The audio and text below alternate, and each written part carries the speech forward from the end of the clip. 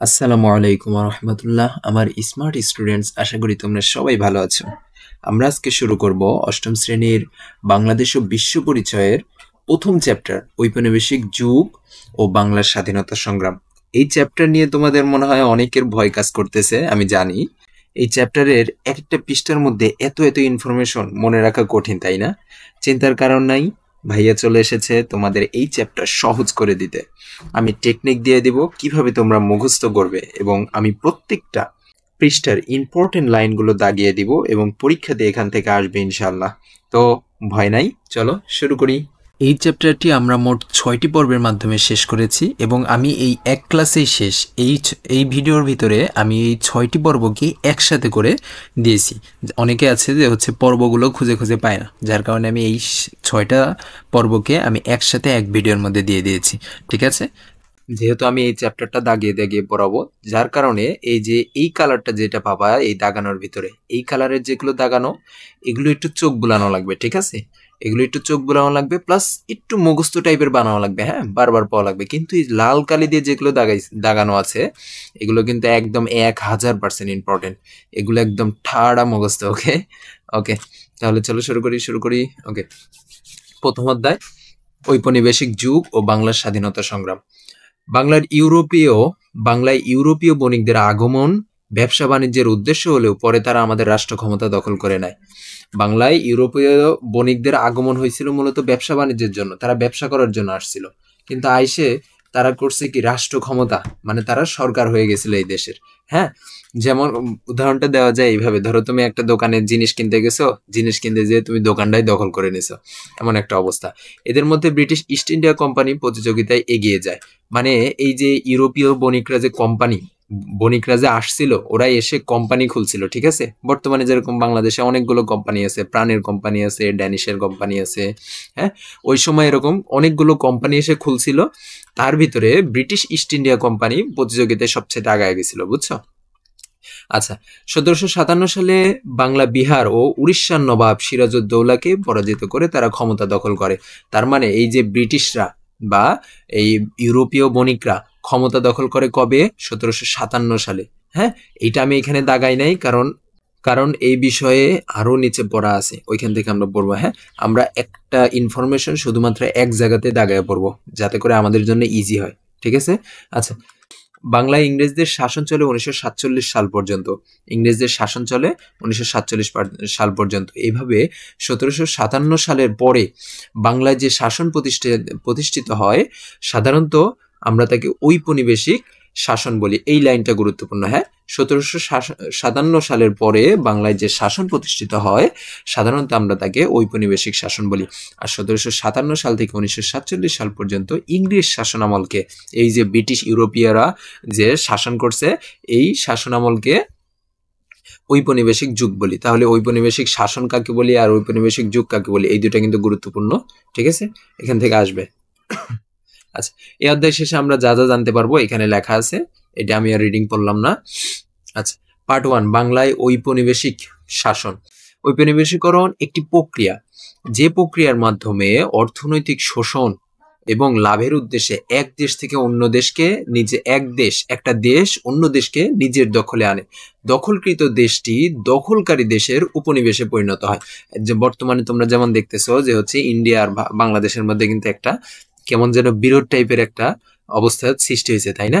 এখন আমরা তো ইনশাল্লাহ ইন্ডিয়াকে দখল কখনোই করতে দিব না বাংলাদেশকে, তাই না? যদি আমাদেরকে দখল করতে পারে, স্বপ্নে ভাবলাম, বাস্তবে তো কখনো এটা সম্ভব না, তাই না?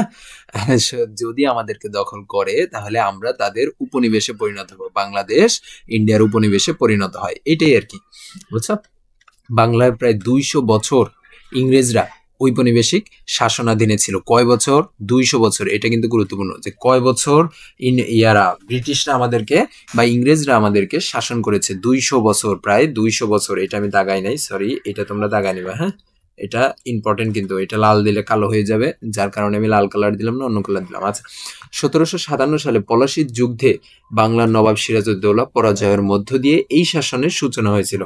তাহলে ইংরেজ শাসনের সূচনা হয়েছিল তো 1757 সালে, এটা তো আমরা উপরেও পাইলাম, কিন্তু কিসের মাধ্যমে? পলাশীর যুদ্ধের মাধ্যমে, নবাব সিরাজউদ্দৌলাকে পরাজিত করার মাধ্যমে। জানানা আন্দোলন সংগ্রামের মধ্য দিয়ে 1947 সালে শেষ হয়। কিভাবে এই ঔপনিবেশিক শাসনের সূচনা হয়েছিল তা জানার আগে সেই সময়ে বাংলার রাজনৈতিক অবস্থা কেমন ছিল তা কিছুটা জেনে আসা যাক। তাহলে এখান থেকে এই 3টা লাইন একটু মুখস্থ করে নেবা। আর এই যে কয় বছর, ইংরেজরা কয় বছর আমাদেরকে শাসন করছে? 200 বছর। আচ্ছা, কোন যুদ্ধের মাধ্যমে নবাব সিরাজউদ্দৌলার পতন হয়েছে? পলাশির যুদ্ধের মাধ্যমে। ঠিক আছে, পলাশির যুদ্ধের মাধ্যমে। ওকে, এরপরে যদি যাই যে বাংলার রাজনৈতিক পটভূমি, ঔপনিবেশিক শাসন ও পূর্বকাল। প্রাচীনকাল থেকে বাংলা অঞ্চলে মানব বসতির কথা জানা যায়। প্রাচীনকাল থেকে বাংলা অঞ্চলে মানব বসতির কথা জানা যায়। এই অঞ্চলটি বরাবরই ছিল ধন সম্পদে পূর্ণ একটা এলাকা। ফলে ইংরেজ আগমনের অনেক আগে থেকেই এখানে বাইরের বিভিন্ন স্থান থেকে মানুষের আগমন ঘটত। সকলের আকর্ষণের প্রধান লক্ষ্য ছিল বাংলার অর্থনৈতিক প্রাচুর্য। এই বাংলার অর্থনৈতিক প্রাচুর্য, এই কথাটা গুরুত্বপূর্ণ, যে কেন সবাই বাংলাতে আসতো, কেন, কি কারণে আসতো? বাংলার অর্থনৈতিক প্রাচুর্য, বাংলার প্রকৃতির সৌন্দর্য দেখে তারা বিমোহিত হয়ে চলে আসতো এই অঞ্চলে। আবার বাংলার যে অর্থনৈতিক অবস্থা ভালো ছিল, এই কারণে ইংরেজরা আসতো। ইংরেজরাও আসছিল মূলত এই কারণে। কি কারণে? তাহলে বাংলার অর্থনৈতিক প্রাচুর্যের কারণে। এখন তোমাকে যদি প্রশ্ন করে যে হচ্ছে ইংরেজরা বা ইস্ট ইন্ডিয়া কোম্পানি কেন বাংলাতে এসেছিল? বাংলার অর্থনৈতিক প্রাচুর্যের কারণে। ঠিক আছে, ওকে। এখন এই পৃষ্ঠার এইখান থেকে শুরু করে, এই খ্রিস্টপূর্ব থেকে শুরু করে এই পরের পৃষ্ঠার এই এতখানি পর্যন্ত তোমাদের হয়তোবা অনেক কঠিন লাগবে। এই যে অনেক কিছু কিছু মানে কার পরে কে আসছিল, কত শতাব্দীতে কে আসছে, এগুলো দেখে তোমাদের হয়তো অনেকের মাথা ঘুরে যাবে।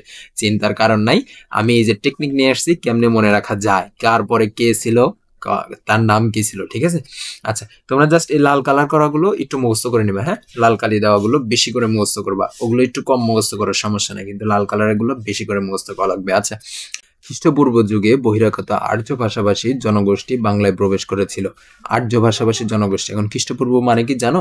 খ্রিস্টপূর্ব হচ্ছে খ্রিস্টানদের যে যীশু খ্রিস্ট আছে না, যীশু খ্রিস্ট জন্মের পূর্বের যুগকে বলা হয় খ্রিস্টপূর্ব। ওকে, খ্রিস্টপূর্ব যুগে বহিরাগত আর্য ভাষাভাষী, কোন ভাষাভাষী? আর্য ভাষাভাষী জনগোষ্ঠী বাংলায় প্রবেশ করেছিল। খ্রিস্টপূর্ব 3য় শতকে বাংলার বাংলার উত্তরাংশ দখল করে ভারতের মৌর্য সম্রাট অশোক। ভারতের মৌর্য সম্রাট অশোক। অশোক কোন সম্রাট? সম্রাট অশোক। কি মৌর্য সম্রাট। ঠিক আছে, বাংলার কোন অংশ দখল করেছিল? উত্তরাঞ্চল। কোন শতকে? 3য় শতকে। এই লাইনটা থেকে এইটাই পড়া। হ্যাঁ, 3য় শতকে বাংলার উত্তর অঞ্চল দখল করে কে? ভারতের মৌর্য সম্রাট অশোক।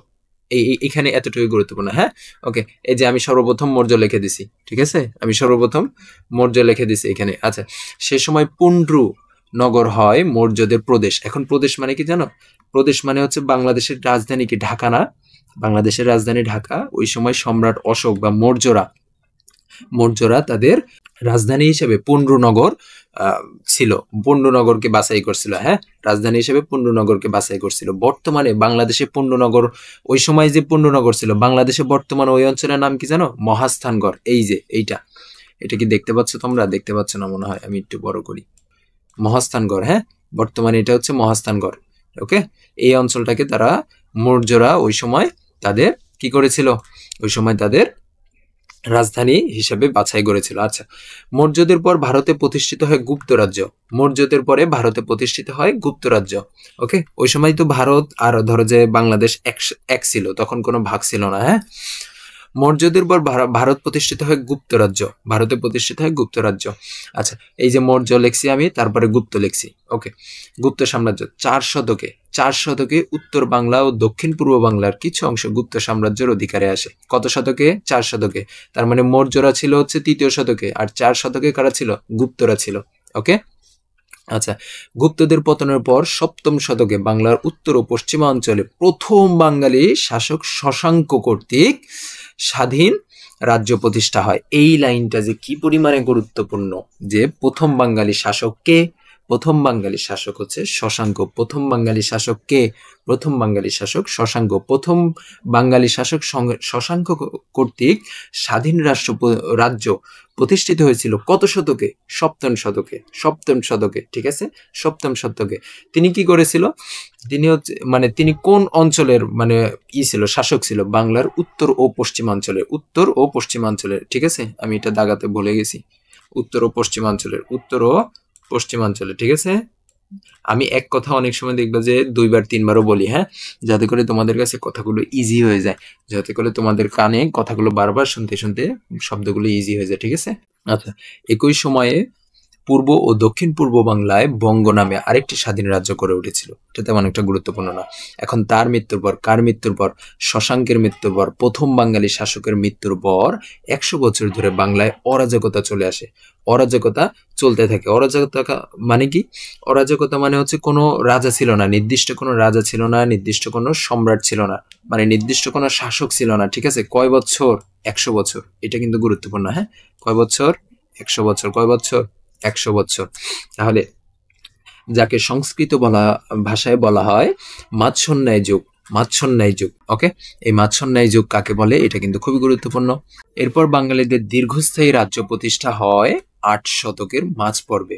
প্রায় 400 বছর বাংলাকে শাসন করে বাঙালি পাল রাজারা। তার মানে কি? শশাঙ্কর পরে 100 বছর তোমার হচ্ছে অরাজকতা চলে, তারপরে হচ্ছে 400 বছর বাংলাকে শাসন করে বাঙালি পাল রাজারা। তার মানে শশাঙ্কর পরে কি? পাল। কয় বছর? 400 বছর। আচ্ছা, পালদের পতনের পর 11 শতকের শেষ দিকে আবার বিদেশি শাসনের অধীনে চলে যায় বাংলা। দক্ষিণ ভারতের কর্ণাটক থেকে আসা সেন রাজারা বাংলার সিংহাসন দখল করে। তার মানে পালদের পরে কারা ছিল? সেনরা ছিল, ওকে। পালদের পরে কারা ছিল? সেনরা ছিল। এই যে পাল, তারপরে সেন। এরপরে সেন শাসনে অবসান ঘটে তুর্কি সেনাপতি ইখতিয়ার উদ্দিন মোহাম্মদ বিন বখতিয়ার খলজির হাতে। সেন শাসনের অবসান ঘটে ইখতিয়ার উদ্দিন মোহাম্মদ বিন বখতিয়ার খলজির হাতে। তিনি রাজা লক্ষণ সেন কে ছিল? যে হচ্ছে সেন রাজে শাসন করতেছিল, তাদের সর্বশেষ রাজা লক্ষণ সেনকে পরাজিত করে মুসলমান শাসনের সূচনা করেন। মুসলমান শাসনের তার মানে সূচনা করেছিল কে? তুর্কি সেনাপতি। মুসলমান শাসনের সূচনা করেছিল তুর্কি সেনাপতি ইখতিয়ার উদ্দিন মোহাম্মদ বিন বখতিয়ার খলজি। তার মানে সেনদের পরে কি আসছিল? খলজি বংশধররা আসছিল, ঠিক আছে। মুসলমান, এই সেনদের পরে থেকে শুরু হয় মুসলমানদের তোমার হচ্ছে রাজ্য পরিচালনা করা, ওকে। এরপরে হচ্ছে 1204 থেকে 1206 পর্যন্ত। এটা গুরুত্বপূর্ণ যে 1204 থেকে 1206 খ্রিস্টাব্দ পর্যন্ত বাংলার পশ্চিমে নদিয়া ও উত্তর বাংলার কিছুটা অংশ বখতিয়ার খলজির দখলে থাকে। এখানে লক্ষণীয় বিষয় হচ্ছে 1206 সাল পর্যন্ত বখতিয়ার খলজি বেঁচে ছিল, তারপরে তিনি মারা যান। এখন সোজা কথা হচ্ছে যে বখতিয়ার খলজি ইখতিয়ার উদ্দিন মোহাম্মদ বিন বখতিয়ার খলজি শাসন করে হচ্ছে 1204 থেকে 1206 সাল পর্যন্ত। তারপরে 1338 সাল পর্যন্ত বাংলা জুড়ে মুসলিম শাসনের বিস্তার ঘটতে থাকে। কত সাল পর্যন্ত? এটা গুরুত্বপূর্ণ। 1338 সাল পর্যন্ত। 1338 সাল পর্যন্ত। আচ্ছা, এরপরে এ সময়ের মধ্যে বাংলার তিনটি অংশে দিল্লি সালতানাতের 3টি প্রদেশ বা বিভাগ প্রতিষ্ঠিত হয়। এই বিভাগগুলো উত্তর বাংলায় লখনৌতি, পশ্চিম বাংলায় সাতগাঁও, পূর্ব বাংলায় সোনারগাঁও নামে পরিচিত। সোনারগাঁও তো আমরা চিনি, তাই না? বাংলাদেশের সোনারগাঁও। আচ্ছা, সাতগাঁও বাংলাদেশের ভিতরই। সাতগাঁও যত সম্ভব চাঁপাইনবাবগঞ্জের ওইদিকে, ঠিক আছে। পশ্চিম বাংলার সাতগাঁও, ওকে। আর উত্তর বাংলায় লখনৌতি নামে পরিচিত ছিল। এটা তেমন একটা গুরুত্বপূর্ণ, জাস্ট একটু মনে রাখবা। এরপরে 1338 সালে সোনারগাঁওয়ের শাসনকর্তা ফখরুদ্দিন মোহাম্মদ শাহ দিল্লির সুলতানের বিরুদ্ধে বিদ্রোহ করে বাংলার স্বাধীনতা ঘোষণা করেন। 1338 সালে সোনারগাঁওয়ের শাসনকর্তা ফখরুদ্দিন মোহাম্মদ শাহ দিল্লির সুলতানের বিরুদ্ধে বিদ্রোহ করে বাংলার স্বাধীনতা ঘোষণা করেন। এটা একটু গুরুত্বপূর্ণ, হ্যাঁ। আর যেহেতু লাল কালার দিয়ে দাগিয়ে দিয়েছি, সুতরাং এটা মুখস্থ করে নিবা। কয়টা প্রদেশে ভাগ করা হয়েছিল? 3টি প্রদেশে ভাগ করা হয়েছিল। কত সালে? সোনারগাঁওয়ের শাসনকর্তা ফখরুদ্দিন মোবারক শাহ দিল্লির সুলতানদের বিরুদ্ধে বিদ্রোহ করে বাংলার স্বাধীনতা ঘোষণা করে। কত সালে? 1338 সালে, ওকে। এভাবে বাংলায় স্বাধীন সুলতানি যুগের প্রতিষ্ঠা হয়। তার মানে কি হলো? যে হচ্ছে খলজির পরে কি সুলতানি যুগের সূচনা হয়, ওকে। সুলতানি যুগের সূচনা হয়। এরপরে তবে বাংলার এক বৃহদাংশ অধিকার করে স্বাধীনভাবে রাজত্ব করার মাধ্যমে সুলতান শামসুদ্দিন ইলিয়াস শাহ বাংলার প্রকৃত স্বাধীনতা প্রতিষ্ঠা করেন বলে ধরা হয়। ইলিয়াস শাহ শাহী বাঙ্গালা ও শাহী বাঙ্গালিয়ান উপাধি ধারণ করেন। এটা গুরুত্বপূর্ণ যে হচ্ছে ইলিয়াস শাহ শাহী বাঙ্গালা ও শাহী বাঙ্গালিয়ান উপাধি ধারণ করেন। এই দুইটা উপাধির নাম মুখস্থ করা লাগবে তোমাদের, ওকে। স্বাধীন সুলতানি আমলে অপর অন্যতম উল্লেখযোগ্য শাসক ছিলেন সুলতান আলাউদ্দিন হোসেন শাহ। ধর্মীয় সম্প্রীতি, এটা তেমন একটা প্রয়োজন নাই। স্বাধীন সুলতানি আমলে অপর অন্যতম উল্লেখযোগ্য শাসক ছিলেন সুলতান আলাউদ্দিন হোসেন শাহ। ধর্মীয় সম্প্রীতি প্রতিষ্ঠা এবং বাংলার শিল্প সাহিত্যের বিকাশে তার অবদান অপরিসীম। 1538 সালে অবসান ঘটে বাংলার স্বাধীন সুলতানির। তাহলে বাংলার স্বাধীন সুলতানি শাসনের অবসান ঘটে কবে? 1538 সালে। 1538 সালে এটা কিন্তু খুবই গুরুত্বপূর্ণ যে বাংলার স্বাধীন সুলতানির অবসান ঘটে কত সালে? 1538 সালে। ওকে, এরপরে অবশ্য এর আগেই মোগল শক্তি দিল্লির সিংহাসন দখল করেছিল। মোগল সম্রাট হুমায়ুন 1538 সালে উত্তর বাংলার গৌড় ও লখনৌতি দখল করলেও বাংলায় তখন মোগল শাসন প্রতিষ্ঠা করতে পারেননি। এর কারণ বিহারে আফগান শাসক শের খান হুমায়ুনকে প্রথমে বাংলা ও পরে ভারত থেকে বিতাড়িত করেন। এখন এইখানে এই লাইনটুকু একটু গুরুত্বপূর্ণ যে হুমায়ুন আহমেদকে বিতাড়িত করেন কে? হুমায়ুন আহমেদকে বিতাড়িত করেন আফগান শাসক শের খান। তোমাদের এই মাঝখানে এগুলো মুখস্থ করা লাগবে না, কিন্তু এটা মুখস্থ রাখা লাগবে যে আফগান শাসক শের খান মুঘল শাসক হুমায়ুনকে আর কি তোমার হচ্ছে ভারত থেকে এবং বাংলা থেকে বিতাড়িত করেন। এ পর্বে বাংলার শাসন ক্ষমতা আফগানদের হাতে চলে যায়। ওকে, তাহলে সুলতানির পরে হুমায়ুন এরপরে হচ্ছে কি আকবর আসবে। আচ্ছা, ভারতে মোগলরা আবার সংগঠিত হয় এবং রাজমহলের যুদ্ধে আফগানদের হারিয়ে দিল্লির সিংহাসন পুনরুদ্ধার করে। এরপর সম্রাট আকবরের সময় 1576 সালে পশ্চিম বাংলা ও উত্তর বাংলার অনেকটা অংশ মোগলদের অধিকারে চলে আসে। বাংলার পূর্বাংশ এবং আজকের বাংলাদেশ অংশ সহজে মোগলরা দখল করতে পারেনি। 12 ভূঁইয়া নামে পরিচিত পূর্ব বাংলার জমিদাররা একযোগে মোগল আক্রমণ প্রতিহত করে। এখন এখানে জানার বিষয় কি জানো? এখানে জানার বিষয় হচ্ছে 12 ভূঁইয়াদের নেতা কে ছিল? 12 ভূঁইয়াদের নেতা ছিল হচ্ছে ঈসা খাঁ। এই যে 12 ভূঁইয়াদের নেতা ঈসা খাঁ ছিল। 12 ভূঁইয়াদের নেতা ঈসা খাঁ, ঠিক আছে। আচ্ছা, 12 ভূঁইয়া নামে পরিচিত পূর্ব বাংলার জমিদাররা একযোগে মোগল আক্রমণ প্রতিহত করেন। আকবরের সেনাপতি, এই যে হুমায়ুনের ছেলে আকবরের সেনাপতি মানসিংহ কয়েকবার চেষ্টা করেও 12 ভূঁইয়াদের নেতা ঈসা খাঁকে পরাজিত করতে পারে নাই। এখন এই মানসিংহ কে? মানসিংহ হচ্ছে আকবরের সেনাপতি। এটা জানা লাগবে, এটা মুখস্থ রাখা লাগবে। হ্যাঁ, আকবরের সেনাপতি মানসিংহ, এগুলো এমসিকিউর পড়া, ঠিক আছে। এগুলো সৃজনশীল খুব কম আসবে। এইখান থেকে ওই পাশ থেকে আসতে পারে, আগের পৃষ্ঠাটা থেকে আসতে পারে, কিন্তু এই পৃষ্ঠা থেকে খুবই কম আসবে। এটা জানা লাগবে, আকবরের সেনাপতি মানসিংহ কয়েকবার চেষ্টা করেও 12 ভূঁইয়াদের নেতা ঈসা খাঁকে পরাজিত করতে পারেনি। সম্রাট জাহাঙ্গীরের আমল, এই আকবরের পরে আসছে হচ্ছে জাহাঙ্গীর, বুঝছো? আকবরের পরে আসছে জাহাঙ্গীর। আর 12 ভূঁইয়াদের পরে আসছে হচ্ছে মুসা খাঁ। 12 ভূঁইয়াদের ভিতরে নেতা ছিল হচ্ছে ঈসা খাঁ। ঈসা খাঁ এখানে লেখা লাগতো, সরি আমি ঈসা খাঁ এখানে লিখতে ভুলে গেছি, এখানে তোমরা ঈসা খাঁ লিখে নেবা। 12 ভূঁইয়াদের পরে ছিল হচ্ছে ঈসা খাঁ। ঈসা খাঁর পরে আসছে মুসা খাঁ। ঈসা খাঁকে এই আকবর তোমার হচ্ছে করতে পারে নাই, পরাজিত করতে পারে নাই। আকবরের সেনাপতি মানসিংহ পরাজিত করতে পারে নাই, কিন্তু এই যে মুসা খাঁকে সম্রাট জাহাঙ্গীর তোমার হচ্ছে পরাজিত করে ফেলে। সম্রাট জাহাঙ্গীরের আমলে 1610 সালে মোগল সুবেদার ইসলাম খান চিশতি চূড়ান্তভাবে 12 ভূঁইয়াদের পরাজিত করে ঢাকা অধিকার করেন। তাহলে এখানে আকবরের সেনাপতি মানসিংহ 12 ভূঁইয়াদের নেতা ঈসা খাঁকে তোমার হচ্ছে পরাজিত করতে পারে না, কিন্তু জাহাঙ্গীরের সেনাপতি সুবেদার ইসলাম খান চিশতি চূড়ান্তভাবে এই মুসা খাঁকে, 12 ভূঁইয়াদের পরবর্তী নেতা ঈসা খাঁর পরের মুসা খাঁকে পরাজিত করে বাংলা বাংলা নিয়ে ঢাকা অধিকার করে ফেলে, ঢাকা নিয়ে নেয়। হ্যাঁ, এবং তৎকালীন দিল্লির সম্রাট জাহাঙ্গীরের নাম অনুসারে জাহাঙ্গীরনগর নামকরণ করেন। এভাবে বাংলায় মোগল অধিকার সম্পন্ন হয়। এই মোগল শাসন চলে 18 শতকের মাঝামাঝি পর্যন্ত। 1757 সালে পলাশীর যুদ্ধে, কোন যুদ্ধে? পলাশীর যুদ্ধে, আমরা আগে পড়ে আসছি। আবার দেখো 1757 সাল লেখা আছে। নবাব সিরাজউদ্দৌলার পতনের মধ্য দিয়ে মোগল শাসন চূড়ান্তভাবে অবসান ঘটে। সেই সাথে বাংলার ক্ষমতা দখল করে ইংরেজ শক্তি, আর এইভাবেই শুরু হয় ঔপনিবেশিক শক্তির শাসন। ওকে, তো আজকে আমরা এতটুকুই পড়বো। এখন বাকি আছে হচ্ছে কাজ দুইটা আমরা সলভ করবো। এখন কাজ দুইটা সলভ করলে আমরা আজকের ক্লাস এতটুকুই রাখবো। ওকে, কাজ নাম্বার 1, ঔপনিবেশিক শাসন বলতে কি বোঝায় ব্যাখ্যা করো। আর কাজ নাম্বার 2 হচ্ছে খ্রিস্টপূর্ব 3য় শতক, মানে 3য় শতকের পরে ঔপনিবেশিক যুগ পর্যন্ত বাংলার শাসকদের পর্যায়ক্রমিক তালিকা তৈরি করতে বলছে। ঠিক আছে, আর কাজ 1 এর সলভে আমরা যদি যাই, 1757 সালের পরে বাংলায় যে শাসন প্রতিষ্ঠিত হয় সাধারণত একে ঔপনিবেশিক শাসন বলা হয়। আর 1757 সাল থেকে 1947 পর্যন্ত ইংরেজ শাসনামলকে ঔপনিবেশিক যুগ বলা হয়। এই এতটুকু কিন্তু আমরা পড়ে আসছি, বইয়ের প্রথমে একদম দাগানো ছিল, প্রথম পৃষ্ঠায় দাগানো ছিল, তাই না? হ্যাঁ, সাধারণত কোনো বিদেশি শক্তি কোনো দেশকে দখল করে শাসন প্রতিষ্ঠা করলেই তাকে ঔপনিবেশিক শাসন বলা হয় না। শুধুমাত্র বিদেশি শক্তি এসে যদি দখল করলেই তাকে ঔপনিবেশিক শাসন বলা হয় না কিন্তু। হ্যাঁ, ঔপনিবেশিক শাসনের বৈশিষ্ট্য হচ্ছে দখলদাররা যারা এসে দখল করবে, দখলদার শক্তি চিরস্থায়ীভাবে শাসন প্রতিষ্ঠা করতে আসে না, চিরস্থায়ীভাবে শাসন প্রতিষ্ঠা করতে আসে না। তারা জানে একদিন এ শাসনের পাট উঠিয়ে চলে যেতে হবে, তাদের ফিরে যেতে হবে নিজ দেশে।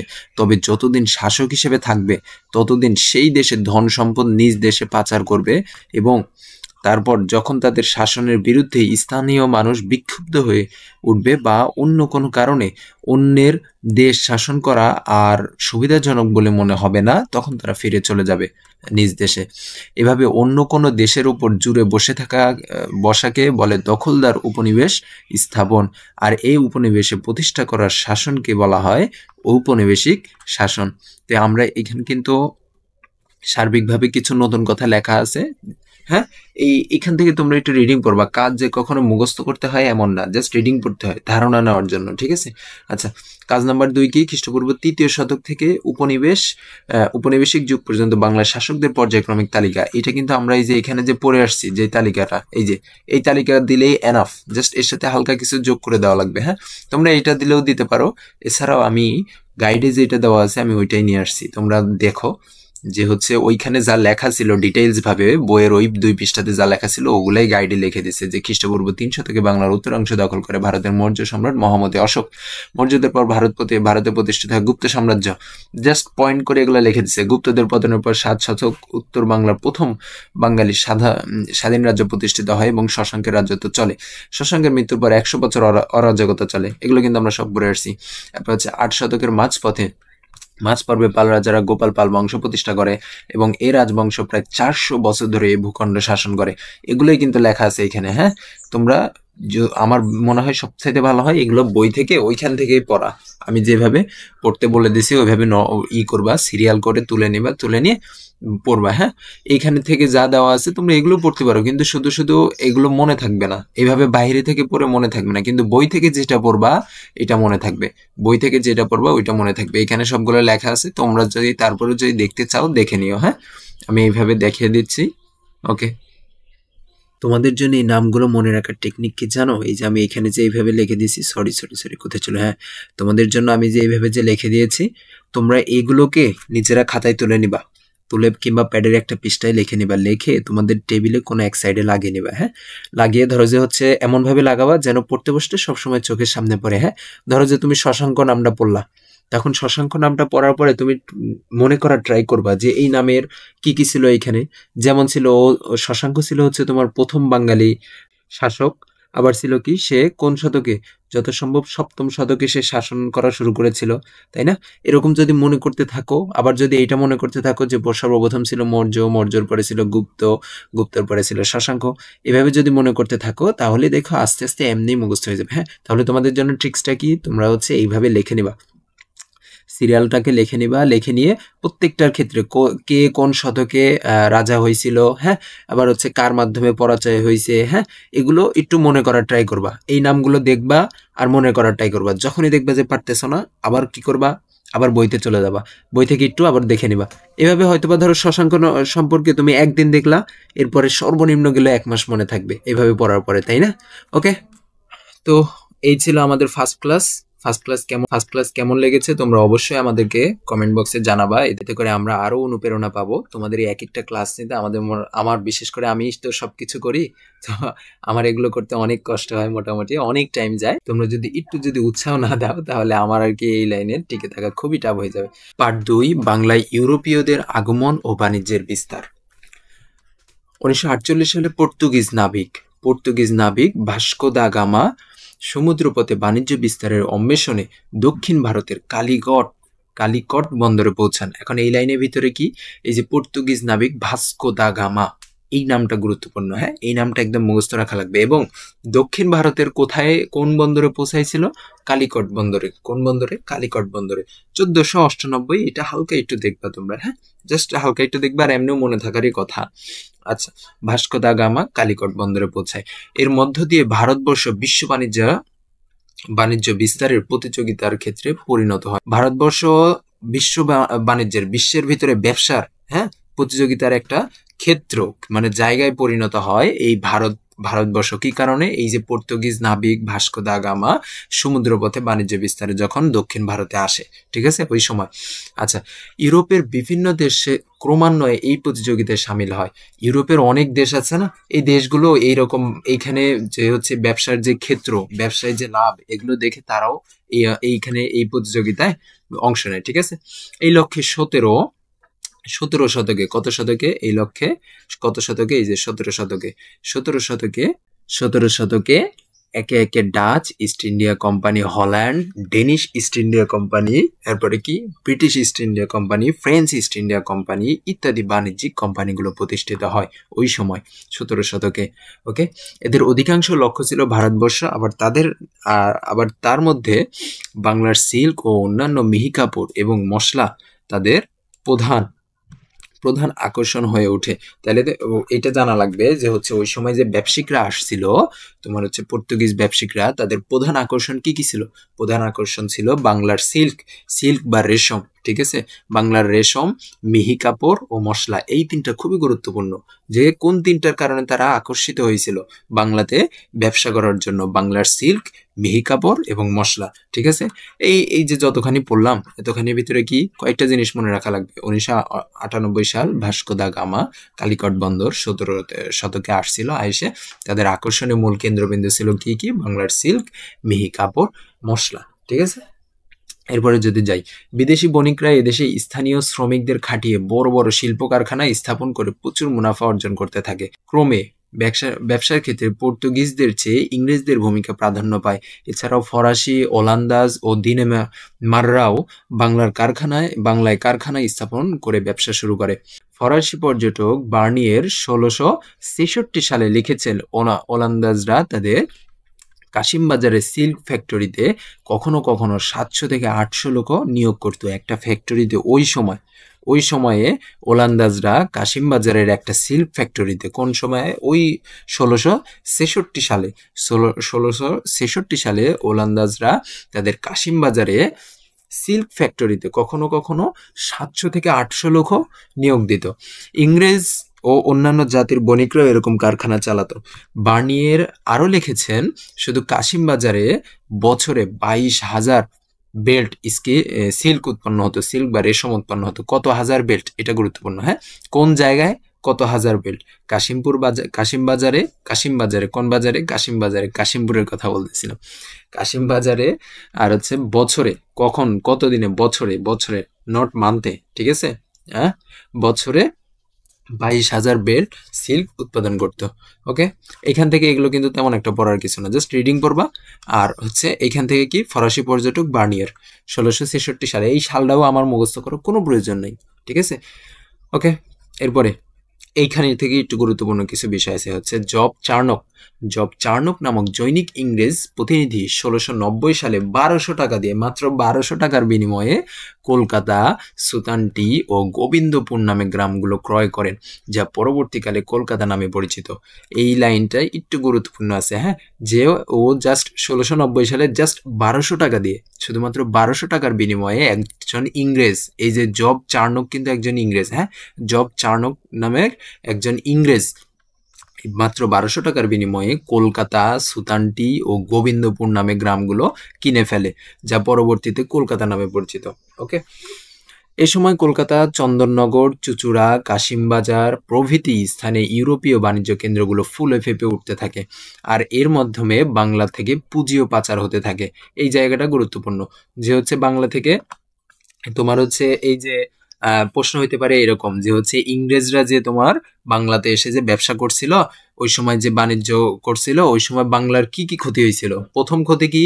বাংলা থেকে পুঁজি পাচার হয়ে গেছিল। পুঁজি মানে কি জানো? পুঁজি মানে হচ্ছে টাকা, হুম, তোমার হচ্ছে বাংলাতে প্রত্যেকটা দেশেরই নিজস্ব একটা রিজার্ভ ফান্ড থাকে, রিজার্ভ টাকা থাকে, হ্যাঁ, সেই টাকা পাচার হইতে ছিল। ওকে, এটা গুরুত্বপূর্ণ যে বাংলা থেকে পুঁজিও পাচার হতে থাকে। বাণিজ্যিক উদ্যোগ এবং কূটকৌশলে পারদর্শী হওয়ার কারণে ব্রিটিশ ইস্ট ইন্ডিয়া কোম্পানি ক্রমশ অন্য ইউরোপীয় কোম্পানিগুলোর তুলনায় প্রতিযোগিতায় এগিয়ে যায় এবং তাদের উপর প্রাধান্য লাভ করে। এখন এখানে এই লাইনটা গুরুত্বপূর্ণ, এই লাইনে জাস্ট এতটুকু যে হচ্ছে কি কারণে তোমার ব্রিটিশ ইস্ট ইন্ডিয়া কোম্পানি উঠতে পারলো, ও তোমার হচ্ছে প্রাধান্য পাইলো মানে হচ্ছে তোমার হচ্ছে ফেমাস হয়ে গেল, কিন্তু অন্যান্য ইউরোপীয় কোম্পানিগুলো কি কারণে হইতে পারলো না? কি কারণে? বাণিজ্যিক উদ্যোগ ও কূটকৌশলে পারদর্শী হওয়ার কারণে। বাণিজ্যিক উদ্যোগ এবং কূটকৌশলে, সোজা কথা হচ্ছে তারা ব্যবসা অনেক পারদর্শী ছিল, হ্যাঁ, কূটকৌশলে পারদর্শী হওয়ার জন্য। ওকে, তারা এখানে কুঠি কারখানা তৈরি ও সৈন্য রেখে ব্যবসার অধিকার পায়। পলাশীর যুদ্ধের আগে এবং মীর জাফর ও মীর কাসেমের আমলে বাংলার প্রচুর সম্পদ ইংল্যান্ডে পাচার হয়ে যায়। এই লাইনটি একটু গুরুত্বপূর্ণ। কোথায় পাচার হয়ে গেছে? ইংল্যান্ডে। ইংল্যান্ডের মানুষদেরকেই কিন্তু তোমার ইংরেজ বলা হয়, ঠিক আছে, ইংল্যান্ডের মানুষদেরকেই ইংরেজ বলা হয়। ওকে, এরপরে কাজ। ভারতবর্ষে যে সকল ইউরোপীয় শক্তির আগমন হয় তার একটা তালিকা তৈরি করো। আর হচ্ছে কাজ নাম্বার 2 হচ্ছে ব্রিটিশ ইস্ট ইন্ডিয়া কোম্পানি কিভাবে বাণিজ্যিক বিস্তার ঘটায়। কাজ নাম্বার 2, এই কাজ নাম্বার 2 এর উত্তরটা হচ্ছে এতটুকু হবে, এই যে এতটুকু হবে, হ্যাঁ। এই কাজ number 2, British East India company কিভাবে বাণিজ্যিক বিস্তার ঘটায়, এটার উত্তর এই এতটুকু হবে। ওকে, এখন আর হচ্ছে গাইডেও কিন্তু আমি দেওয়াই আছে এতটুকু, গাইডে কিন্তু এতটুকুই দেওয়া আছে। আমি যদি দেখাই তোমাদেরকে গাইড, আচ্ছা লেখাটা একটু বড় হয়ে গেছে, আমি একটু ছোট করি। এই যে দেখো, ব্রিটিশ ইস্ট ইন্ডিয়া কোম্পানি কিভাবে বাণিজ্যিক বিস্তার ঘটায়, এই দেখো এতটুকুই লেখা আছে, হ্যাঁ। তোমরা ওইখান থেকেও দিতে পারো, এইখান থেকেও দিতে পারো, কিন্তু আমি প্রেফার করব তোমরা বইয়ের থেকেই লিখবা, কারণ গাইড বই এত কিছু পড়তে গেলে কোনোটাই মনে থাকবে না, আর এত পড়ার টাইমও নাই, তাই না? ওকে, কাজ 2 গেল। কাজ 1 কি ছিল? আবার যদি প্রশ্নটা পড়ি যে ভারতবর্ষের যে সকল ইউরোপীয় শক্তির আগমন হয় তার তালিকা করতে।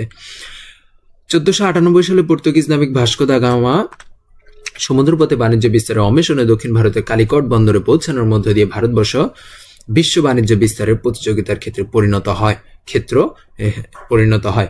এর মাধ্যমে ভারতবর্ষ যে সকল ইউরোপীয় শক্তির আগমন ঘটে তার তালিকা নিচে দেখা হলো। পর্তুগিজ, এরপরে কি Dutch East India company, Holland company, Danish East India company, British East India company, French East India company. এইখানে যে লেখাগুলো লেখা আছে, এখানে কিন্তু এগুলো কিন্তু তাই লেখা ছিল, এই যে এইখানে, এই যে 1498 থেকে এই এতখানি পর্যন্ত কিন্তু তাই লেখা আছে, তাই না?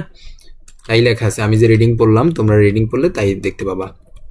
ওকে, তাহলে তোমরা কাজ 2টার উত্তর পেয়ে গেছো। এখন আমরা শুরু করব হচ্ছে পার্ট 3। ওকে, বাংলার ঔপনিবেশিক শক্তির বিজয়। বাংলায় ঔপনিবেশিক শক্তির বিজয়টা ঠিক কিভাবে হইলো, এই জিনিসটা আর কি, হ্যাঁ। নবাব আলীবর্দী খাঁর মৃত্যুর পর তার প্রিয় নাতি সিরাজউদ্দৌলা মাত্র 22 বছর বয়সে সিংহাসনে বসেন।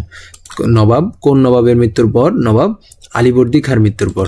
নবাব আলীবর্দী খাঁর মৃত্যুর পর তার প্রিয় নাতি সিরাজউদ্দৌলা মাত্র কয় বছর বয়সে? এই জিনিসটা খুবই গুরুত্বপূর্ণ যে কত বছর বয়সে তিনি সিংহাসন আহরণ করেন মাত্র 22 বছর বয়সে, ঠিক আছে, মাত্র 22 বছর বয়সে। তার মানে কি যে সিরাজউদ্দৌলার দাদা কে ছিল? নবাব আলীবর্দী খাঁ। আচ্ছা, এই সময় তার সামনে একদিকে উদীয়মান ইংরেজ শক্তি এবং হামলাকারী বর্গী দেশ সামলানো কঠিন কাজ, পাশাপাশি বড় খালা ঘসেটি বেগম এবং সেনাপতি মীর জাফর আলী খানের মতো ঘনিষ্ঠজনদের ষড়যন্ত্র মোকাবিলার কাজ। সিরাজের বিরুদ্ধে তৃতীয় আরেকটি পক্ষ ছিল হচ্ছে বণিক শ্রেণী সক্রিয় ছিল, মানে এই ব্যবসায়ীরা সক্রিয় ছিল। আচ্ছা, এই 4টা লাইন কিন্তু খুবই গুরুত্বপূর্ণ, হ্যাঁ। তোমার হচ্ছে সৃজনশীল আসবে, এই 4টা লাইন অনেক সময় কাজে লাগতে পারে সৃজনশীল, হ্যাঁ। যে তোমার হচ্ছে সিরাজউদ্দৌলার হচ্ছে বিপক্ষে কারা ছিল, হ্যাঁ। এই 4টা লাইন তখন দিতে পারবা। বিপক্ষে কে ছিল? খালা ঘসেটি বেগম, সেনাপতি মীর জাফর আলী, এরপরে হচ্ছে তৃতীয় আরেকটা পক্ষ বণিক শ্রেণী, আর আরেকটা হচ্ছে ইংরেজ শক্তি ও হামলাকারী বর্গী, ঠিক আছে। এরপরে যদি পড়ি, অর্থনৈতিক কর্মকাণ্ডের বিস্তার ঘটার সাথে সাথে বড় ব্যবসা কেন্দ্রগুলোতে প্রভাবশালী দেশি বণিক সমাজ, দেশি মানে ওই দেশে অবস্থিত বণিক সমাজের অভ্যুদয় ঘটে, হ্যাঁ। বাংলায় এরা ছিল প্রধান রাজপুতানা থেকে আসা মারোয়ারি বণিক শ্রেণী। এই যে তাদের যে দেশি বণিক সমাজ যে ছিল, তাদের যে দেশি ব্যবসায়ীগুলা ছিল, তারা প্রধানত আসছিল কোথা থেকে? যে রাজপুতানা থেকে আসছিল। রাজপুতানা থেকে আসা, রাজপুতানা হচ্ছে একটা জায়গার নাম, হ্যাঁ, রাজপুতানা হচ্ছে একটা জায়গার নাম। এটাও দিতে পারে যে হচ্ছে যে হচ্ছে ওই সময়ের দেশি বণিক সমাজ কোথা থেকে এসেছিল? রাজপুতানা থেকে আসা মারওয়ারি বণিক। কি বণিক? মারওয়ারি বণিক। এই লাইনটি একটু পড়বা, হ্যাঁ, মারওয়ারি বণিক। আচ্ছা, এদের মধ্যে জগৎ শেঠ ও অমিচাঁদ প্রমুখ উল্লেখযোগ্য। জগৎ শেঠ ও অমিচাঁদ প্রমুখ উল্লেখযোগ্য। নবাবের বিপরীতে একাধিক দেশি ষড়যন্ত্রকারী ও ইংরেজরা গোপনে জোট বাঁধে। নবাবের বিপরীতে একাধিক দেশি ষড়যন্ত্রকারী ও ইংরেজরা গোপনে জোট বাঁধে। শাসনকালে নবাবের অদক্ষতা ও বিরোধী পক্ষের অবস্থানকে শক্তিশালী করে। তাহলে বিরোধী পক্ষ কারা ছিল? এই যে মীর জাফর, ঘসেটে বেগম, ইংরেজরা, কিছু বণিক শ্রেণী, এরা আরো শক্তিশালী হয়ে উঠছিল কি কারণে? যে নবাবটা ইয়াং ছিল, মাত্র 22 বছর বয়সের নবাব ছিল, যার কারণে সে এতটা দক্ষ ছিল না। তার অদক্ষতার কারণেই বিরোধী পক্ষ শক্তিশালী হয়ে ওঠে। এরই সর্বশেষ ফল হলো 1757 সালে 23শে জুন, এটা গুরুত্বপূর্ণ, হ্যাঁ, সরি দেখছো আমি এই কারণে তাকাই না। 1757 সালে 23শে জুন পলাশীর আম্রকাননে পলাশীর যুদ্ধে বাংলার বিহার, উড়িষ্যার নবাবের পরাজয় ও নির্মম মৃত্যু এবং ইংরেজদের হাতে বাংলার পতন হয়। কত সালে, কত তারিখে, কোথায়? পলাশীর আম্রকাননে। ওকে, এই জায়গাটা গুরুত্বপূর্ণ, খুবই গুরুত্বপূর্ণ এটা। আচ্ছা, বিজয়ের পর ইংরেজরা কাকে নবাব বানাইছিল? এই যে পলাশীর যুদ্ধের পরে ইংরেজরা কাকে নবাব বানাইছিল? মীর জাফরকে নবাব বানাইছিল। মূলত ক্ষমতা ইংরেজদের হাতেই চলে গেছিল। মীর জাফরকে যদিও নবাব বানাইছে, কিন্তু ক্ষমতা মূলত ইংরেজদের হাতে চলে গেছিল। ধূর্ত ইংরেজ সেনাপতি রবার্ট ক্লাইভ হন সর্বা, মানে তারই হয়ে যায় সবকিছু, হ্যাঁ, রবার্ট ক্লাইভ এর সবকিছু হয়ে যায় তখন। ওকে, 1764 সালে বক্সারের যুদ্ধে মীর জাফরের উত্তরসূরি মীর কাসিমের পরাজয়ের মাধ্যমে বাংলার শাসন ক্ষমতা আনুষ্ঠানিকভাবে ইংরেজদের হাতে হস্তগত হয়। 1764 সালে বক্সারের যুদ্ধে, কোন যুদ্ধে? বক্সারের যুদ্ধে মীর জাফরের উত্তরসূরি মীর কাসিমের পরাজয়ের মাধ্যমে। মীর জাফরের উত্তরসূরি বলতে কি? মীর জাফরের ছেলে হয়তোবা, মীর জাফরের ছেলেই হবে, হ্যাঁ, উত্তরসূরি মীর কাসিমের পরাজয়ের মাধ্যমে বাংলার শাসন ক্ষমতা আনুষ্ঠানিকভাবে ইংরেজদের হাতে হস্তগত হয়। আচ্ছা, বাংলা প্রতিষ্ঠিত রাজশক্তির বিরুদ্ধে একটি ভিনদেশী বাণিজ্যিক কোম্পানি তথা ঔপনিবেশিক শক্তির এই বিজয়ের কারণ কি ছিল? এর পিছনে নানাবিধ কারণ থাকলেও কয়েকটা প্রধান কারণ। আচ্ছা, এই যে তাদের যে ইংরেজদের যে বিজয় ঘটলো, মূলত কি কারণে বিজয়টা ঘটলো? কিভাবে এই ভিনদেশী বাণিজ্যিক কোম্পানি একটা দেশকে তারা দখল করে নিল? কিভাবে? এর যে 4টা পয়েন্ট দেওয়া আছে, হ্যাঁ, এই 4টা পয়েন্ট দিয়ে দেওয়া লাগবে। এরকম কিন্তু প্রশ্ন আসবে, এটা সৃজনশীলের জন্য খুবই গুরুত্বপূর্ণ। সৃজনশীলে ঘ নাম্বারে ধরো যে এই 4টা পয়েন্ট লাগবে, আর এই 4টা পয়েন্টে আসার খুব সম্ভাবনা আছে। ওকে, প্রথম পয়েন্ট কি? বাংলার শাসকদের দুর্বলতা এবং অভ্যন্তরীণ কোণধার, মানে নিজেদের ভিতরে চক্রান্ত। ওকে, এই কারণে, যেমন এই যে নিজের খালা, এরপর নিজের সেনাপতি চক্রান্ত করছিল নবাব সিরাজউদ্দৌলার বিরুদ্ধে, এবং তা মোকাবিলায় তরুণ অভিজ্ঞ নবাবের অপারগতা। ওকে, দ্বিতীয়টা কি? উদীয়মান অর্থনৈতিক ও সামরিক শক্তি হিসেবে ইংরেজ উত্তরোত্তর ক্ষমতা বৃদ্ধি এবং অন্যদিকে তাদের কূটকৌশল বোঝার মতো পারদর্শী দেশি রাজনৈতিক নেতৃত্ব ও শক্তির অভাব। ওকে, এরপরে হচ্ছে ইংরেজ উন্নত সামরিক শক্তি, ইংরেজদের উন্নত সেনাবাহিনী ছিল, রণকৌশল ও নেতৃত্ব। আর 4 নম্বর কি? অর্থনৈতিক শোষণ ও নির্যাতনের শিকার প্রজাদের সাথে শাসকদের দূরত্ব। এই যে কিছুদিন আগে যে তোমার হচ্ছে জুলাই বিপ্লব হয়ে গেল না, এর ভিতরে এইখানে কি ছিল? যে শাসক কে ছিল? শাসক ছিল হচ্ছে তোমার হচ্ছে শেখ হাসিনা। ওইখানে ওনাদের সাথে কি প্রজা বলতে কি আমরা জনগণের কি একটা দূরত্ব সৃষ্টি হয়ে গেছিল ওই সময় সরকারের সাথে। এই কারণেই তো তাদের পতন ঘটেছে, তাই না?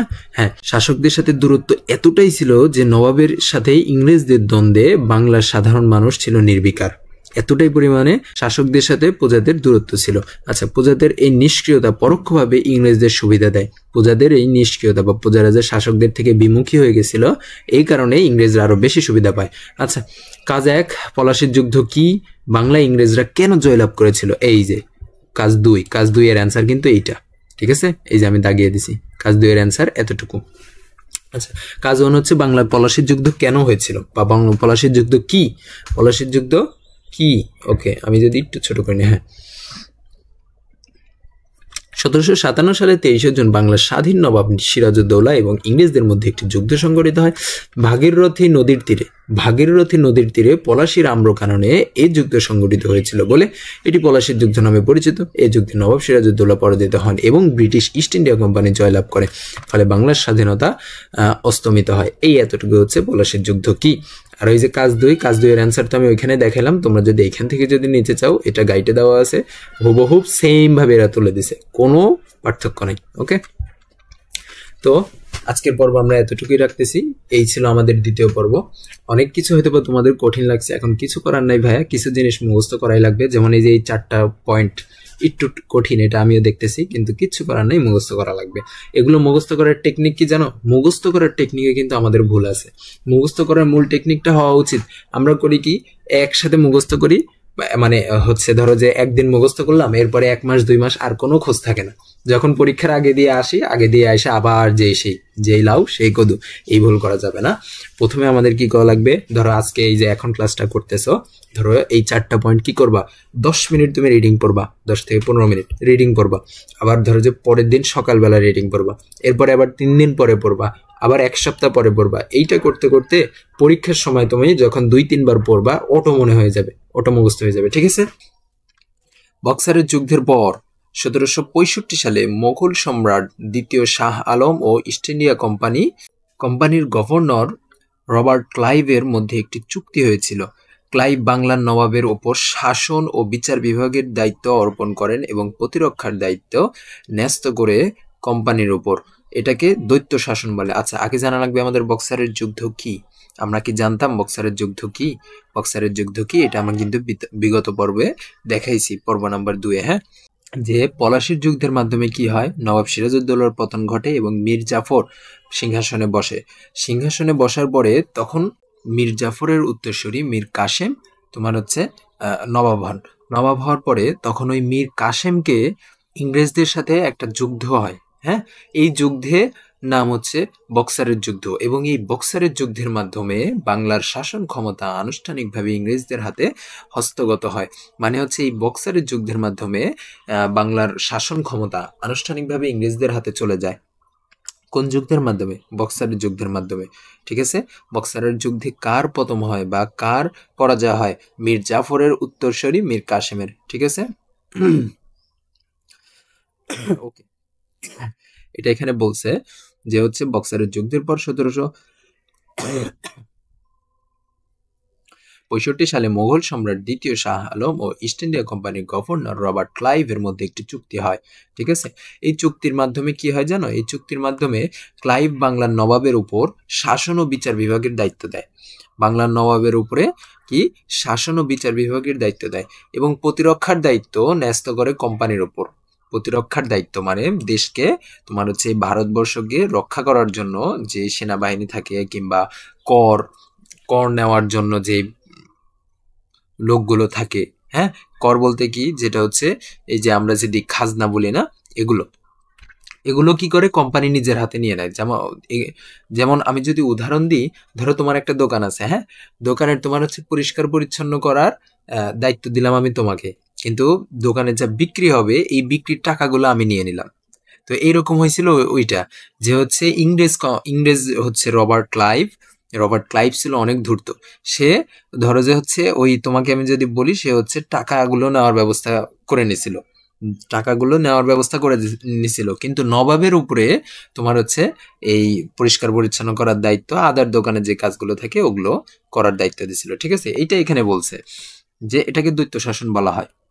ওকে, আচ্ছা, দ্বৈত শাসন তাহলে কাকে বলা হয়? যে বক্সারের যুদ্ধের পর 1765 সালে মুঘল সম্রাট দ্বিতীয় শাহ আলম ও ইস্ট ইন্ডিয়া কোম্পানির গভর্নর রবার্ট ক্লাইভের মধ্যে একটি চুক্তি হয়। ক্লাইভ বাংলা নবাবের উপর শাসন ও বিচার বিভাগের দায়িত্ব দেয় এবং প্রতিরক্ষার দায়িত্ব ন্যস্ত করেন কোম্পানির উপর।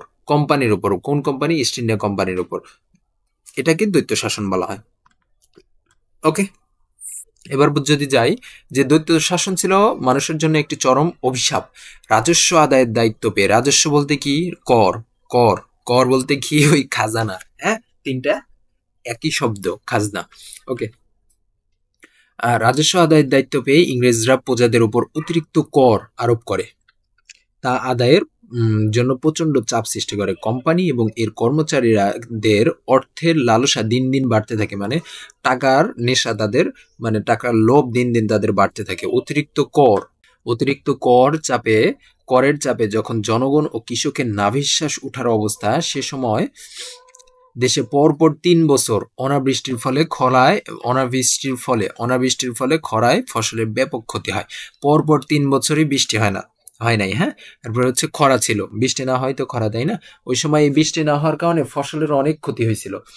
তো এই ১৭৭০ সালে বাংলায় নেমে আসে দুর্ভিক্ষের করাল ছায়া। কত? ১৭৭০, এটা ইংরেজিতে, বাংলায় কত? ১১৭৬।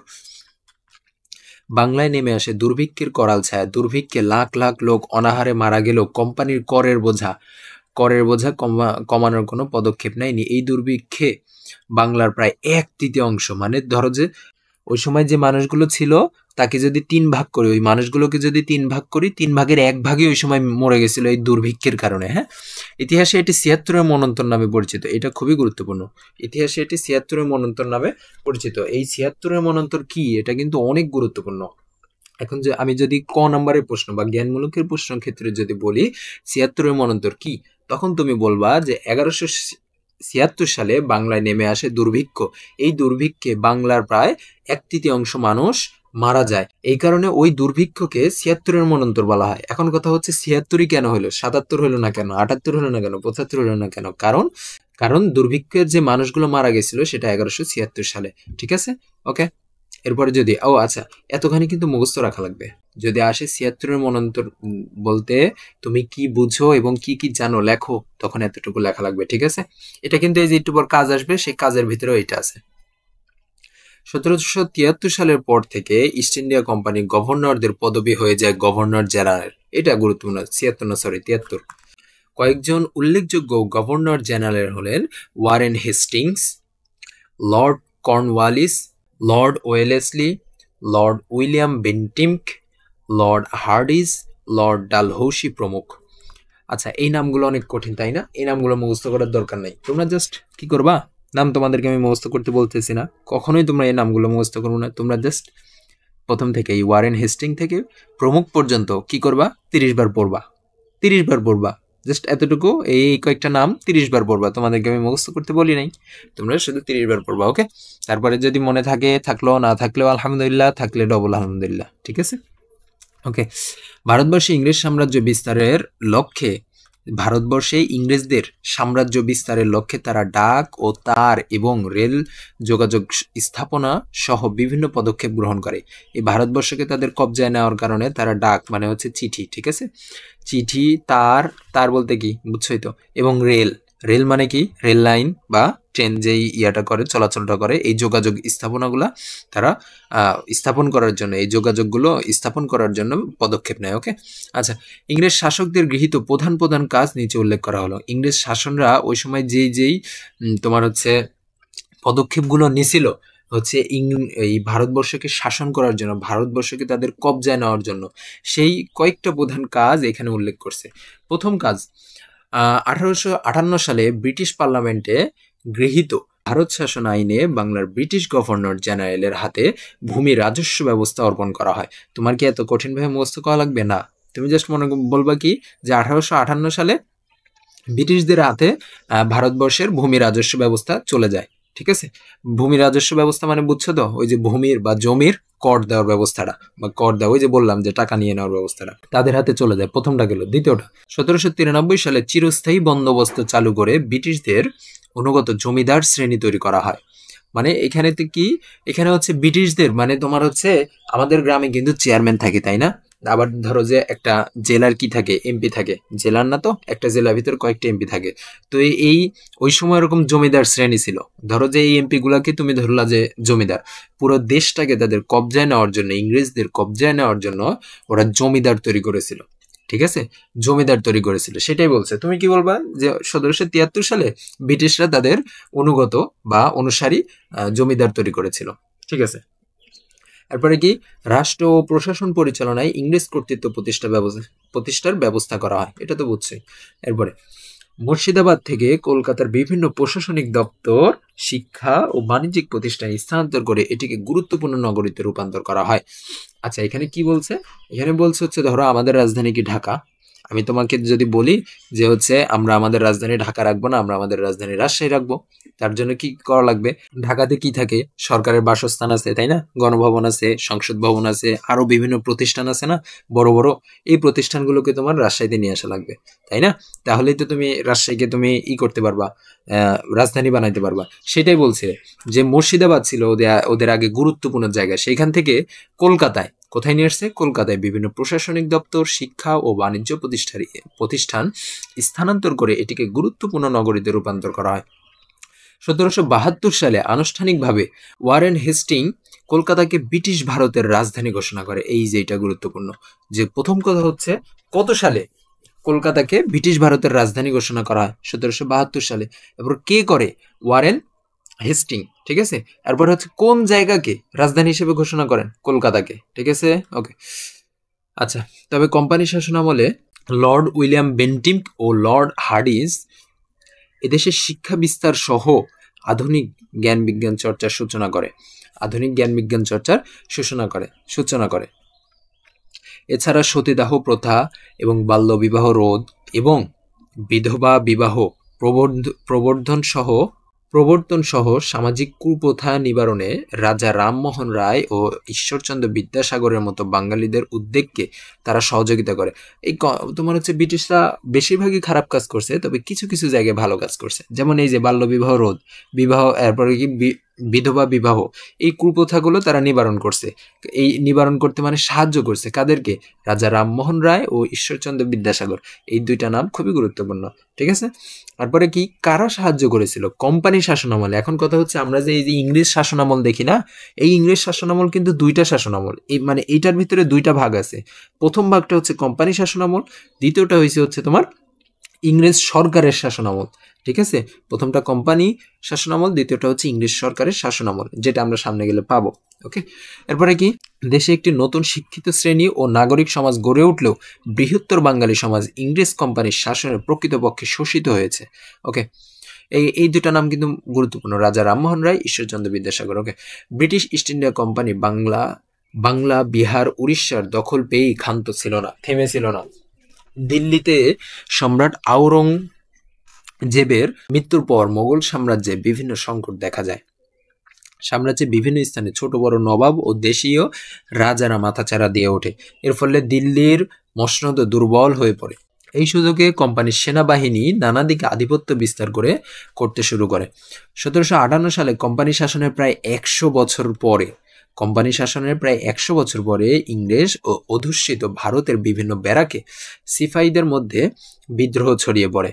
কিন্তু উন্নত অস্ত্র ও দক্ষ সেনাবাহিনীর সাথে চাতুর্য নিষ্ঠুরতার যোগ ঘটিয়ে ইংরেজরা এই বিদ্রোহ দমন করে। মানে হচ্ছে এই কোম্পানি শাসনের বিরুদ্ধে তোমার হচ্ছে ভারতের স্থানীয় যারা আছে তারা হচ্ছে বিদ্রোহ করা শুরু করে। হ্যাঁ, স্থানীয় যে সকল সেনাবাহিনী থাকে বা সিপাহী থাকে, হ্যাঁ, যোদ্ধা থাকে, তারা বিদ্রোহ শুরু করে। কিন্তু ইংরেজরা কি করে? বিভিন্ন উন্নত অস্ত্র, দক্ষ সেনাবাহিনী, ইংরেজদের তো দক্ষ সেনাবাহিনী আছে, তাই না?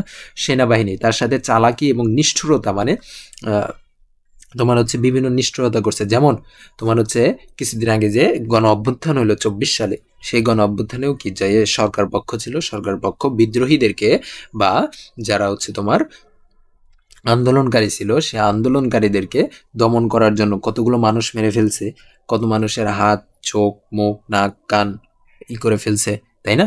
ওই সময় ইংরেজরাও এটা করছে, ইংরেজরা আরো ভয়ঙ্কর ভাবে করছিল, সেটা এখানে বলছে। ভয়ঙ্কর ভাবে করে ওরা এই বিদ্রোহ দমন করে ফেলছে। কিন্তু আমাদের এখানে 24 সালে কিন্তু বর্তমান ওই সময়ের সরকার কিন্তু বিদ্রোহ দমন করতে পারে নাই। এরপর 1758 সালে 2 আগস্টটা দাগানো হয়নি, 2 আগস্ট ব্রিটিশ পার্লামেন্টে ভারত শাসন আইন পাশ হয়, যার মধ্য দিয়ে ইস্ট ইন্ডিয়া কোম্পানির শাসনের অবসান ঘটে এবং ব্রিটিশ সরকার সরাসরিভাবে ভারতের শাসনভার নিজে গ্রহণ করেন।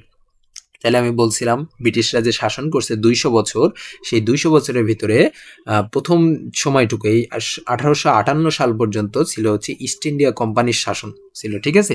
তারপরে এই 1858 সাল থেকে 1947 সাল পর্যন্ত তোমার কাদের হাতে চলে যায়? ব্রিটিশ সরকারের হাতে। ব্রিটিশ সরকার সরাসরি ভারতের শাসনভার নিজ হাতে গ্রহণ করে। ওকে, ব্রিটিশ শাসনকাল, তাহলে ব্রিটিশ শাসনকাল কত? 1858 থেকে 1947।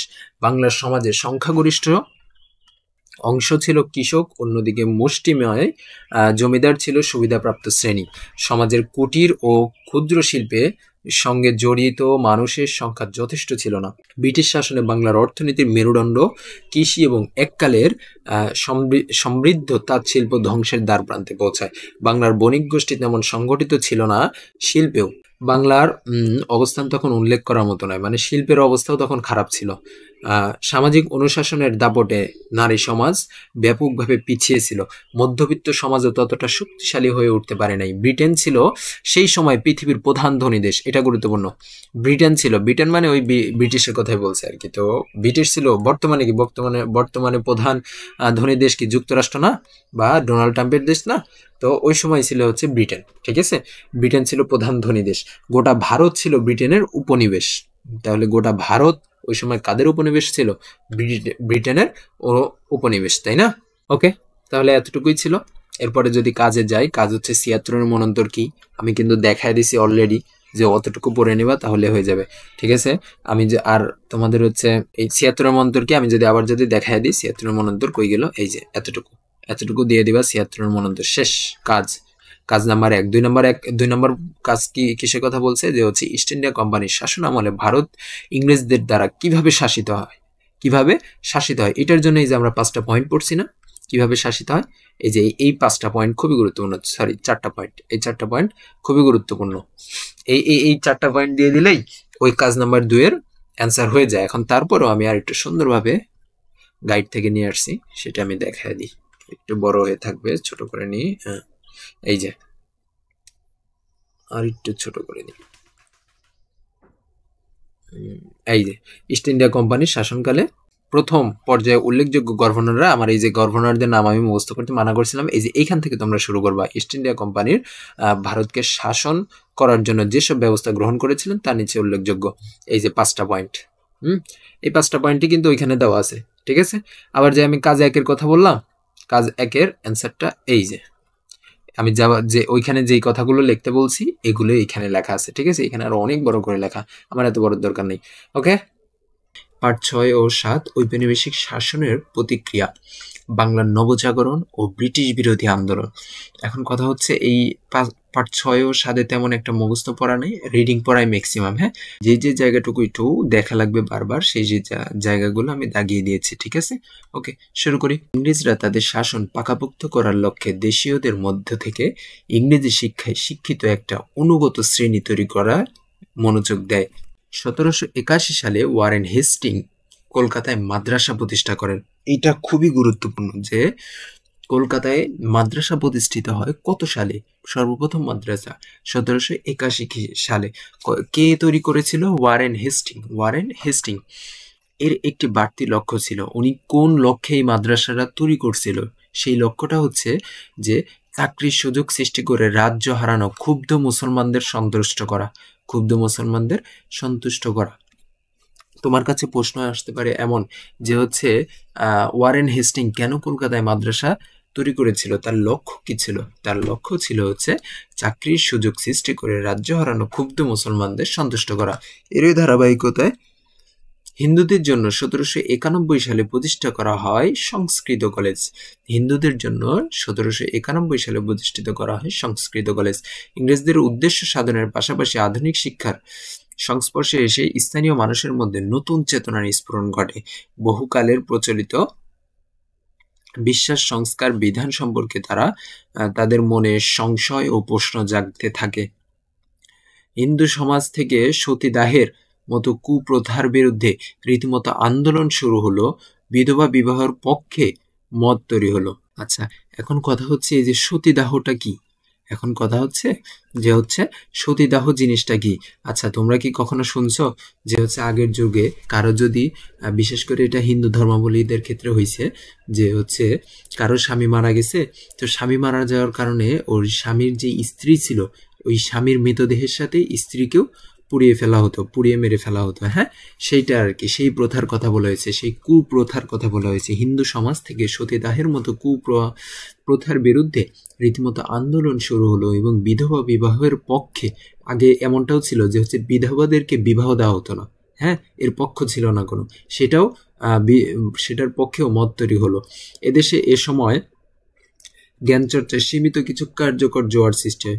ইংরেজ মিশনারি স্যার উইলিয়াম কেরি খ্রিস্টান ধর্ম প্রচারে কর্মভূমিকা ছাড়া নানা সামাজিক কাজে নিজেকে যুক্ত রেখেছিলেন। তিনি বাংলা ব্যাকরণ, মুদ্রণ যন্ত্র প্রতিষ্ঠা করা, সংবাদপত্র প্রকাশ, স্কুল টেক্সট বুক গঠন সহ গুরুত্বপূর্ণ কাজের পথ প্রদর্শন করেছিলেন। এরই ধারাবাহিকতায় ইংরেজরা উচ্চ শিক্ষার জন্য সারা দেশে স্কুল প্রতিষ্ঠার পাশাপাশি কিছু কলেজও স্থাপন করেন। অবশেষে 1857 সালে উচ্চ শিক্ষা ও গবেষণা প্রতিষ্ঠান হিসেবে কলকাতা বিশ্ববিদ্যালয় গঠিত হয়।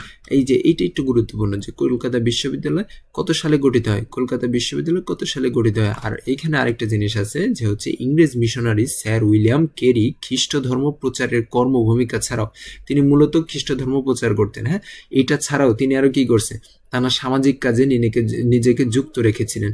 সামাজিক কাজগুলো কি কি? তিনি বাংলা ব্যাকরণ রচনা, মুদ্রণ যন্ত্র প্রতিষ্ঠা, সংবাদপত্র প্রকাশ, স্কুল টেক্সট বুক গঠন, এই সকল গুরুত্বপূর্ণ কাজের পথ প্রদর্শন, মানে কিভাবে করা যায় সেই জিনিসগুলো উনি বলেছিলেন। ঠিক আছে। 1821 সালে শ্রীরামপুরে মুদ্রণ যন্ত্র ও স্থাপনও বাংলার মানুষের মনকে মুক্ত করা এবং জাগিয়ে তোলার ক্ষেত্রে আরেকটি পথ খুলে দেয়। 1821 সালে শ্রীরামপুরে মুদ্রণ যন্ত্র স্থাপন করা হয়। ঠিক আছে, 1821 সালে শ্রীরামপুরে মুদ্রণ যন্ত্র স্থাপন করা হয়। ওকে, আচ্ছা। এর ফলে বই পুস্তক ছেপে জ্ঞান চর্চাকে শিক্ষিত সাধারণের মধ্যে ছড়িয়ে দেওয়া এবং স্থায়িত্ব দেওয়ার পথ সুগম হয়। আচ্ছা, এর বাংলা ভাষায় সংবাদপত্র প্রকাশ করে জনমত সৃষ্টিতে এগিয়ে আসে অনেকে। ওকে, এরপর হচ্ছে রাজা রামমোহন রায় ও ঈশ্বরচন্দ্র বিদ্যাসাগর সমাজ সংস্কারে হাত দেন। ডিরোজিও বিদ্যাসাগর প্রমুখ অবাধে মুক্ত মনে জ্ঞানচর্চার ধারা তৈরি করেন। বাংলায় পিছিয়ে পড়া জনগোষ্ঠীর আধুনিক জ্ঞানচর্চার এই ধারা যুক্ত করতে নওয়াব আব্দুল লতিফ, সৈয়দ আমির আলীর অবদান রয়েছে। আবার বিদ্যাসাগর, বঙ্কিমচন্দ্র, মাইকেল মধুসূদন দত্ত, রবীন্দ্রনাথের হাতে বাংলা ভাষা ও সাহিত্যের বিকাশ ঘটে। তাহলে বাংলা ভাষা ও সাহিত্যের বিকাশ ঘটে কাদের হাতে? ওই যুগে, ইংরেজ যুগে কাদের হাতে? বিদ্যাসাগর, ঈশ্বরচন্দ্র বিদ্যাসাগর, বঙ্কিমচন্দ্র, মাইকেল মধুসূদন দত্ত, রবীন্দ্রনাথ ঠাকুরের হাতে বাংলা ভাষা ও সাহিত্যের বিকাশ ঘটে। বাংলা সাহিত্যে মীর মোশাররফ হোসেন, শরৎচন্দ্র চট্টোপাধ্যায়, কাজী নজরুল ইসলাম প্রমুখদের অবদানও ব্যাপক। ওকে, এটা কিন্তু মুখস্থ করা লাগবে না, জাস্ট রিডিং করবা। ওকে, বাঙালির এই নবজাগরণ কলকাতা মহানগরীতে ঘটলেও এর পরোক্ষভাবে প্রভাব সারা বাংলাতেই পড়েছে। ঔপনিবেশিক শাসনামলে আধুনিক শিক্ষা ও জাগরণের আরেকটি দিক হলো দেশপ্রেমে উদ্বুদ্ধ জাতীয়তাবাদী চেতনার বিকাশ। এর সাথে স্বাধীনতার আকাঙ্ক্ষা, গণতান্ত্রিক অধিকার বোধেরও উন্মেষ ঘটে। আমি তোমাদেরকে আগেই বলছি, এইখানে আজকের পর্বে তেমন একটা মুখস্থ করার মতো কিছুই নাই, অল্প কিছু আছে। হ্যাঁ, আজকের পর্বে তেমন একটা মুখস্থ করার মতো কিছুই নেই, যা দাগিয়ে দিছি এগুলো একটু পড়ো। হ্যাঁ, এখন রিডিং গুলো তো পড়ে দেওয়া লাগবে, কারণ তোমাদের অনেকে এখনো হয়তো বা বই হাতে পাও নাই। এটা যেহেতু ফেব্রুয়ারি মাসের 1 তারিখ আজকে আমি ভিডিও করতেছি, তাই আমি রিডিং গুলো পড়ে দিচ্ছি। হ্যাঁ, আচ্ছা। ব্রিটিশ বিরোধী আন্দোলনের চূড়ান্ত বীজ রোপিত হয়েছিল 1905 সালে বঙ্গভঙ্গ পরিকল্পনার পিছনে। ব্রিটিশ বিরোধী আন্দোলন মানে এই ইংরেজদের শাসনের বিরোধী আন্দোলন, এর চূড়ান্ত বীজ রোপিত হয়েছিল কবে? 1905 সালে বঙ্গভঙ্গ পরিকল্পনার পিছনে। এটা খুবই গুরুত্বপূর্ণ, কবে যে চূড়ান্ত বীজ রোপিত হয়েছিল কবে? 1905 সালে বঙ্গভঙ্গ পরিকল্পনার পেছনে। এখন কথা হচ্ছে বঙ্গভঙ্গ পরিকল্পনাটা কি? এই বঙ্গভঙ্গ পরিকল্পনাটা ঠিক কি? বঙ্গভঙ্গ পরিকল্পনাটা ঠিক কি? বঙ্গভঙ্গ মানে তোমরা কি ভঙ্গ বুঝতে পারতেছো? ভঙ্গ বলতে কি বুঝাইছে? ভঙ্গ মানে ভেঙে ফেলা, বঙ্গ মানে বাংলা, বাংলাকে ভাঙ্গার পরিকল্পনা করেছিল তারা। ভাঙ্গা মানে কি? ভাগ করার পরিকল্পনা করেছিল বাংলাকে। হ্যাঁ, যদিও ইংরেজ শাসকদের বক্তব্য ছিল দেশের কল্যাণ, এ সময় বাংলার সীমানা ছিল অনেক বড়। ওই সময় যে বাংলা, ওই সময় আসলে কি ভারতের কলকাতা, আমাদের বাংলাদেশ, হ্যাঁ, সব একসাথে ছিল, যার কারণে বাংলার সীমানা ছিল অনেক বড়। পূর্ব বাংলা, আমরা বর্তমান পূর্ব বাংলা, বাংলাদেশ হয়েছে কি পূর্ব বাংলা, আর পশ্চিম বাংলা কারা? কলকাতা বা ইন্ডিয়ার ভিতরে যে বাংলাগুলো আছে ওরা হচ্ছে পশ্চিম বাংলা, আমরা হচ্ছে পূর্ব বাংলা। ওকে, আচ্ছা, বাংলা গেল। এরপর হচ্ছে বিহার ও উড়িষ্যা নিয়েছিল বৃহত্তর বাংলা। বিহার ও উড়িষ্যাও তোমার হচ্ছে বাংলার একটা জায়গা আর কি, বুঝছো? তো এই সবগুলো মিলা একটা বাংলা ছিল ওই সময়। তাই কলকাতা কেন্দ্রিক ইংরেজ শাসকদের পক্ষে দূরবর্তী অঞ্চল সুশাসন প্রতিষ্ঠা করা কঠিন ছিল। মানে কলকাতা কেন্দ্রিক, কলকাতাতে যে ইংরেজ শাসকগুলা ছিল, হ্যাঁ, তাদের আর কি, তাদের পক্ষে যে দূরবর্তী অঞ্চল, এই কলকাতা থেকে বাংলাদেশের এই প্রত্যন্ত অঞ্চল যদি তারা শাসন করতে চায়, তাদের জন্য এটা শাসন করা কঠিন হবে না, যার কারণে তারা সুশাসন প্রতিষ্ঠা করতে পারতেছিল না বা তাদের জন্য কঠিন হচ্ছিল। এ কারণে পূর্ব বাংলা, বিহার ও উড়িষ্যার উন্নয়ন সম্ভব হয়নি। তারা শুধুমাত্র পশ্চিম বাংলা বা কলকাতা যেখানে, সেখানকার উন্নতি করছিল, কিন্তু পূর্ব বাংলা, বিহার ও উড়িষ্যার উন্নয়ন করতে পারেনি। ইংরেজ ভাইসরয় লর্ড কার্জন 1903 সালে প্রস্তাব রাখেন যে সুশাসন প্রতিষ্ঠার লক্ষ্যে বাংলাকে 2 ভাগে ভাগ করা হবে। এই জিনিসটা খুবই গুরুত্বপূর্ণ। বাংলাকে 2 ভাগে ভাগ করার বুদ্ধি কোন বেটা দিয়েছিল? কোন বেটা দিয়েছিল? কোন ইংরেজ বেটা দিয়েছিল? ঠিক আছে, কে দিয়েছিল? Lord Curzon. লর্ড কার্জন 1903 সালে, এটা গুরুত্বপূর্ণ। হ্যাঁ, লর্ড কার্জন 1903 সালে প্রস্তাব রাখেন যে সুশাসন প্রতিষ্ঠার লক্ষ্যে বাংলাকে ভাগ করা হবে 2 ভাগে, 2 ভাগে ভাগ করা হবে। ঢাকাকে রাজধানী করে নতুন প্রদেশ গঠন করা হবে। ঢাকাকে রাজধানী করে নতুন প্রদেশ সৃষ্টি করা হবে। এই প্রদেশের নাম হবে পূর্ববঙ্গ ও আসাম প্রদেশ। ঢাকাকে তারা রাজধানী করতে চাইছিল, রাজধানী করে তারা একটা দেশ তৈরি করতে চাইছিল। হ্যাঁ, প্রদেশ বা আর কি রাজ্য, যেরকম ইন্ডিয়ার ভিতরে কয়টা রাজ্য আছে? অনেকগুলো রাজ্য আছে না? এক একটা রাজ্য কিন্তু বাংলাদেশের এক একটা সমান, এক একটা রাজ্য। তো বাংলাদেশকেও তারা এরকম, পূর্ব বাংলাকেও এরকম তারা একটা রাজধানী বানাতে চাইছিল, যেখানকার রাজধানী বলতেছি, এরকম একটা রাজ্য বা প্রদেশ বানাইতে চাইছিল, যেখানকার রাজধানী তারা ঢাকা দিতে চাইছিল। এই প্রদেশের নাম দিয়েছিল তারা হচ্ছে পূর্ববঙ্গ ও আসাম প্রদেশ। একজন লেফটেন্যান্ট গভর্নর এই প্রদেশ শাসন করবেন। যুক্তি থাকলেও বস্তুত এর মধ্য দিয়ে বাংলার ক্রমবর্ধমান ব্রিটিশ বিরোধী আন্দোলনকে বিভক্ত করাই ছিল মূল উদ্দেশ্য। তারা যে বঙ্গভঙ্গ করতে চাইছে বা তারা যে যুক্তি দিছে যে তাদের পক্ষে সুশাসন প্রতিষ্ঠা করা সম্ভব হচ্ছে না, যার কারণে তারা ভাঙতে চাচ্ছে, হ্যাঁ, কিন্তু মূলত তাদের চুক্তিটা ছিল এমন, তাদের নিজেদের লাভের কারণে তারা এটা করতে চাইছিল। তাদের কি লাভ ছিল? লাভটা ছিল হচ্ছে বাংলাতে আস্তে আস্তে ব্রিটিশদের বিরুদ্ধে আন্দোলনটা তোমার বাড়তেছিল। দিন যত যাচ্ছিল তাদের বিরুদ্ধে আন্দোলনটা তত বাড়তেছিল। তারা এই আন্দোলনটাকে ভাঙতে চেয়েছিল, যার কারণে এই যে আন্দোলনকে বিভক্ত করাই ছিল তাদের মূল উদ্দেশ্য। এই আন্দোলনটাকে ভাঙ্গার কারণে তারা বাংলা, পূর্ব বাংলা, পশ্চিম বাংলাকে 2টা প্রদেশে ভাগ করতে চাইছিল। ঠিক আছে, এটাই ছিল তাদের মূল লক্ষ্য। আচ্ছা, বাংলাকে ভাগ করার মধ্য দিয়ে ইংরেজ শাসকরা বাংলার হিন্দু মুসলমান সম্প্রদায়ের মধ্যে ভাঙ্গন ধরাতে চেয়েছিল বলে মনে করা হয়। কারণ পূর্ব বাংলার বেশিরভাগ মানুষ বা বাংলাদেশের বেশিরভাগ মানুষ মুসলমান, তাই মুসলমান নেতারা ভেবেছেন নতুন প্রদেশ হলে পূর্ব বাংলার উন্নতি হবে। কিন্তু শিক্ষিত হিন্দু নেতারা বঙ্গভঙ্গের বিরোধিতা করেন। এ কারণে 2 সম্প্রদায়ের মধ্যে দূরত্ব বাড়তে থাকে এবং ভারতীয় জাতীয় কংগ্রেসের বড় নেতাদের অধিকাংশ ছিল হিন্দু সম্প্রদায়ের। তারা মুসলমান নেতাদের সাথে পরামর্শ না করে বঙ্গভঙ্গর বিরোধিতা করেন। ফলে মুসলমান নেতাদের মধ্যে একটি নতুন ভাবনার সৃষ্টি হয়। তারা বুঝতে পারে মুসলমানদের দাবি আদায়ের জন্য তাদের নিজেদের একটি রাজনৈতিক সংগঠন প্রয়োজন। এই লক্ষ্যে 1906 সালে ঢাকায় মুসলিম লীগ নামে মুসলমানদের একটি সংগঠন গঠিত হয়। এই লক্ষ্যে যে হচ্ছে মুসলমানদের একটা রাজনৈতিক দল থাকা উচিত, এই লক্ষ্যে ঢাকায় মুসলিম লীগ নামে মুসলমানদের একটি সংগঠন প্রতিষ্ঠিত হয়। যেই মুসলিম লীগ, এর থেকে তার নাম কি ছিল? মুসলিম লীগ। এই মুসলিম লীগ থেকে তোমার হচ্ছে মুসলিম অংশটা বাদ দিয়ে দিছিল। পরে মুসলিম অংশটা বাদ দিয়ে এই মুসলিম লীগ থেকেই আসছে কি? আওয়ামী লীগ। ঠিক আছে, মুসলিম অংশ বর্তমান আওয়ামী লীগে নাই, মুসলিম নামটা তারা কেটে দিছে, বুঝছো, বাদ দিয়ে দিছে। ওকে, তাহলে 1906 সালে ঢাকায় মুসলিম লীগ নামে মুসলমানদের একটি সংগঠন প্রতিষ্ঠিত হয়। ইংরেজদের অভিসন্ধি বা ইংরেজদের প্ল্যান অনেকটা সফল হয়। 1905 সালে বঙ্গভঙ্গ কার্যকর হওয়ার পর থেকে দুই সম্প্রদায়ের দ্বন্দ্ব স্পষ্ট হয়। এই পূর্ব বাংলা ও পশ্চিম বাংলা, পশ্চিম বাংলায় ম্যাক্সিমাম হিন্দু, পূর্ব বাংলা বা বাংলাদেশে ম্যাক্সিমাম মুসলমান, এই দুই সম্প্রদায়ের মধ্যে স্পষ্ট হয় দ্বন্দ্ব। দ্বন্দ্ব বা রাগারাগি।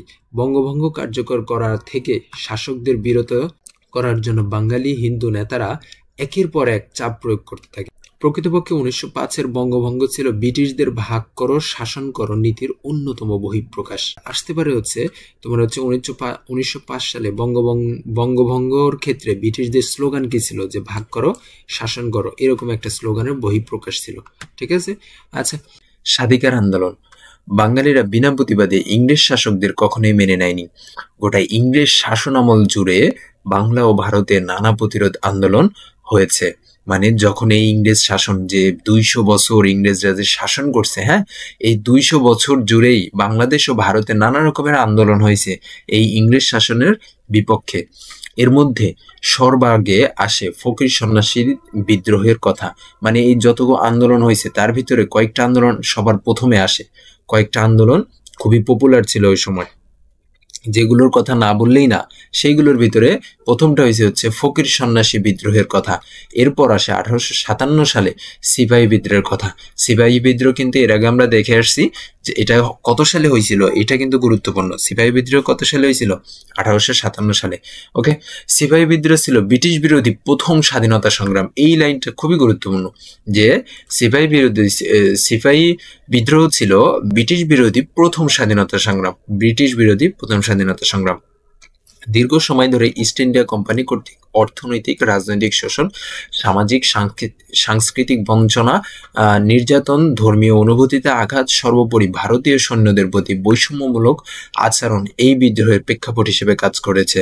যদি বলে যে সিপাহী বিদ্রোহের প্রেক্ষাপট হিসেবে বা সিপাহী বিদ্রোহ কেন হয়েছে তার প্রেক্ষাপট বর্ণনা করো, কি কারণে হয়েছে, তখন এগুলো দিতে পারো যে দীর্ঘ সময় ধরে ইস্ট ইন্ডিয়া কোম্পানি কর্তৃক অর্থনৈতিক, রাজনৈতিক শোষণ, সামাজিক সাংস্কৃতিক বঞ্চনা, নির্যাতন, ধর্মীয় অনুভূতিতে আঘাত এবং সর্বোপরি ভারতীয় সৈন্যদের প্রতি বৈষম্যমূলক আচরণ এই বিদ্রোহের প্রেক্ষাপট হিসেবে কাজ করেছে। বাংলায় সিপাহী মঙ্গল পাণ্ডে ও হাবিলদার রজব আলী এই বিদ্রোহের নেতৃত্ব দেন। এইটাও গুরুত্বপূর্ণ। আমি এটা আমি অন্য কালারে দাগাইছি না, এটা লাল কালার দিয়ে দাগানো লাগবে। যে সিপাহী বিদ্রোহের তোমার নেতৃত্ব দেন কে? সিপাহী বিদ্রোহের নেতৃত্ব দেন কে? বাংলা সিপাহী মন্ডল পাণ্ডে ও হাবিলদার রজব আলী।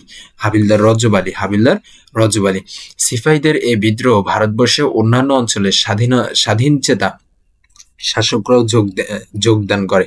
ওকে, ঝাঁসির রানী লক্ষ্মীবাই, মহারাষ্ট্রের তাতিয়া টোপি, এরকম কয়েকজন। দিল্লির বাদশাহ বাহাদুর শাহ জাফরও এদের সমর্থন জানিয়েছিল। তাহলে এখানে এই জিনিসটা গুরুত্বপূর্ণ যে শাহ জাফর, যে সিপাহী বিদ্রোহ কোন বাদশাহ সমর্থন জানিয়েছিল? শাহ জাফর। ওকে, শাহ জাফর। এরপরে 1905 সালে বঙ্গভঙ্গকে কেন্দ্র করে গোটা বাংলায় নানা ধরনের আন্দোলন শুরু হয়। এর মধ্যে স্বদেশী আন্দোলন, বয়কট আন্দোলন, স্বরাজ ও সশস্ত্র আন্দোলন। স্বদেশী আন্দোলনের মধ্য দিয়ে বিলেতি পণ্য বা বিদেশি পণ্য, এরপরে শিক্ষা বর্জন, দেশীয় পণ্য শিক্ষা প্রচলনের মতো আরো নানাবিধ কর্মসূচি নেওয়া হয়। এসব আন্দোলনের মধ্য দিয়ে এদেশের অধিকাংশ মানুষের মধ্যে দেশপ্রেম জেগে ওঠে এবং তারা ঐক্যবদ্ধ হয়। শিক্ষিত যুব সম্প্রদায়ের মধ্যে গড়ে ওঠে সশস্ত্র বিপ্লবী আন্দোলন, গড়ে ওঠে যুগান্তর ও অনুশীলন সমিতির মতো বিপ্লবী সংগঠন। সশস্ত্র এই বিপ্লবী তৎপরতা 1930 এর দশক পর্যন্ত টিকে ছিল। আচ্ছা, এই বিপ্লবীদের মধ্যে রয়েছেন ক্ষুদিরাম, বাঘা, যতীন, মাস্টারদা সূর্য সেন, প্রীতিলতা ওয়াদেদার প্রমুখ। তাদের প্রত্যেকে দেশের জন্য আত্মহুতি দিয়েছিল, মানে দেশের জন্য নিজেদের জীবন বিলিয়ে দিয়েছিল। প্রীতিলতা ছিলেন ব্রিটিশ বিরোধী আন্দোলনে প্রথম নারী শহীদ। কে ছিল? প্রীতিলতা ছিল। ব্রিটিশ বিরোধী আন্দোলনের প্রথম নারী শহীদ কে ছিল? প্রীতিলতা ছিল। এটা খুবই গুরুত্বপূর্ণ। পাশাপাশি বাংলা সহ ভারতব্যাপী জাতীয় পর্যায়ে চলছিল বাংলা সহ ভারতব্যাপী, পুরো ভারতব্যাপী জাতীয় পর্যায়ে চলছিল নানা রকমের নিয়মতান্ত্রিক ও জাতীয়তাবাদী আন্দোলন। এর মধ্যে উল্লেখযোগ্য হচ্ছে অসহযোগ আন্দোলন, খেলাফত আন্দোলন, ভারত ছাড় আন্দোলন ইত্যাদি। জাতীয় পর্যায়ে এসব আন্দোলনে যুক্ত বাঙালি নেতাদের মধ্যে উল্লেখযোগ্য কয়েকজন হলেন নেতাজি সুভাষ বসু, দেশবন্ধু চিত্তরঞ্জন দাস, হোসেন শহীদ সোহরাওয়ার্দী, শেরে বাংলা একে ফজলুল হক প্রমুখ। পার্ট ৮, লাহোর প্রস্তাব ও পাকিস্তান প্রতিষ্ঠা। 1940 সালে লাহোরে শেরে বাংলা একে ফজলুল হক একটি প্রস্তাব উত্থাপন করেন। এই লাইনটা একটু গুরুত্বপূর্ণ। হ্যাঁ, 1940 সালে লাহোরে শেরে বাংলা একে ফজলুল হক একটি প্রস্তাব উত্থাপন করেন।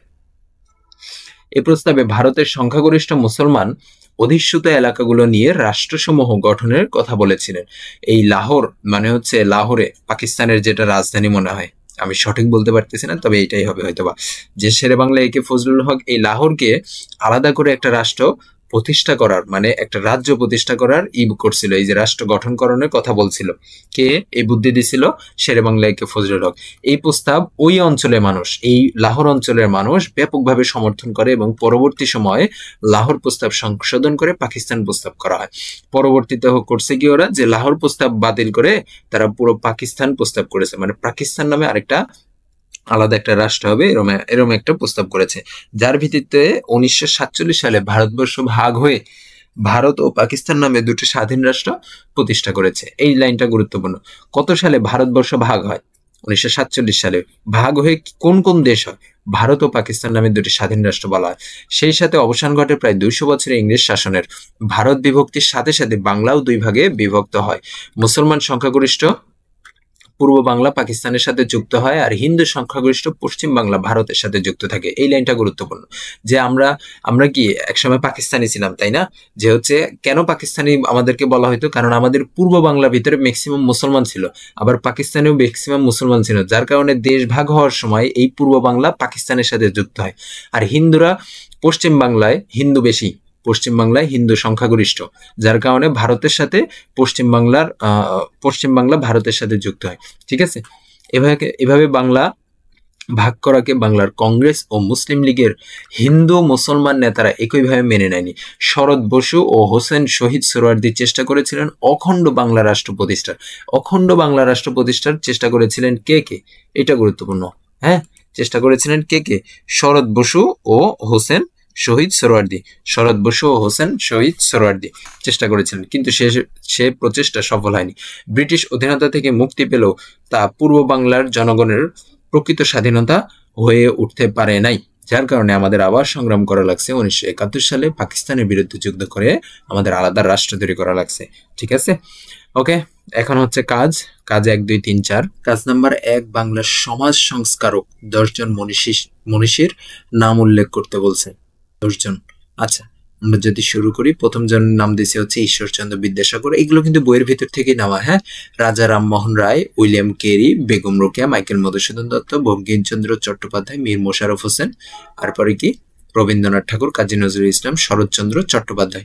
এই 10 জনের নাম। ঠিক আছে, বাংলায় নবজাগরণে কোন কোন প্রতিষ্ঠান গুরুত্বপূর্ণ ভূমিকা পালন করে? বাংলার নবজাগরণে কোন কোন প্রতিষ্ঠান গুরুত্বপূর্ণ ভূমিকা পালন করে?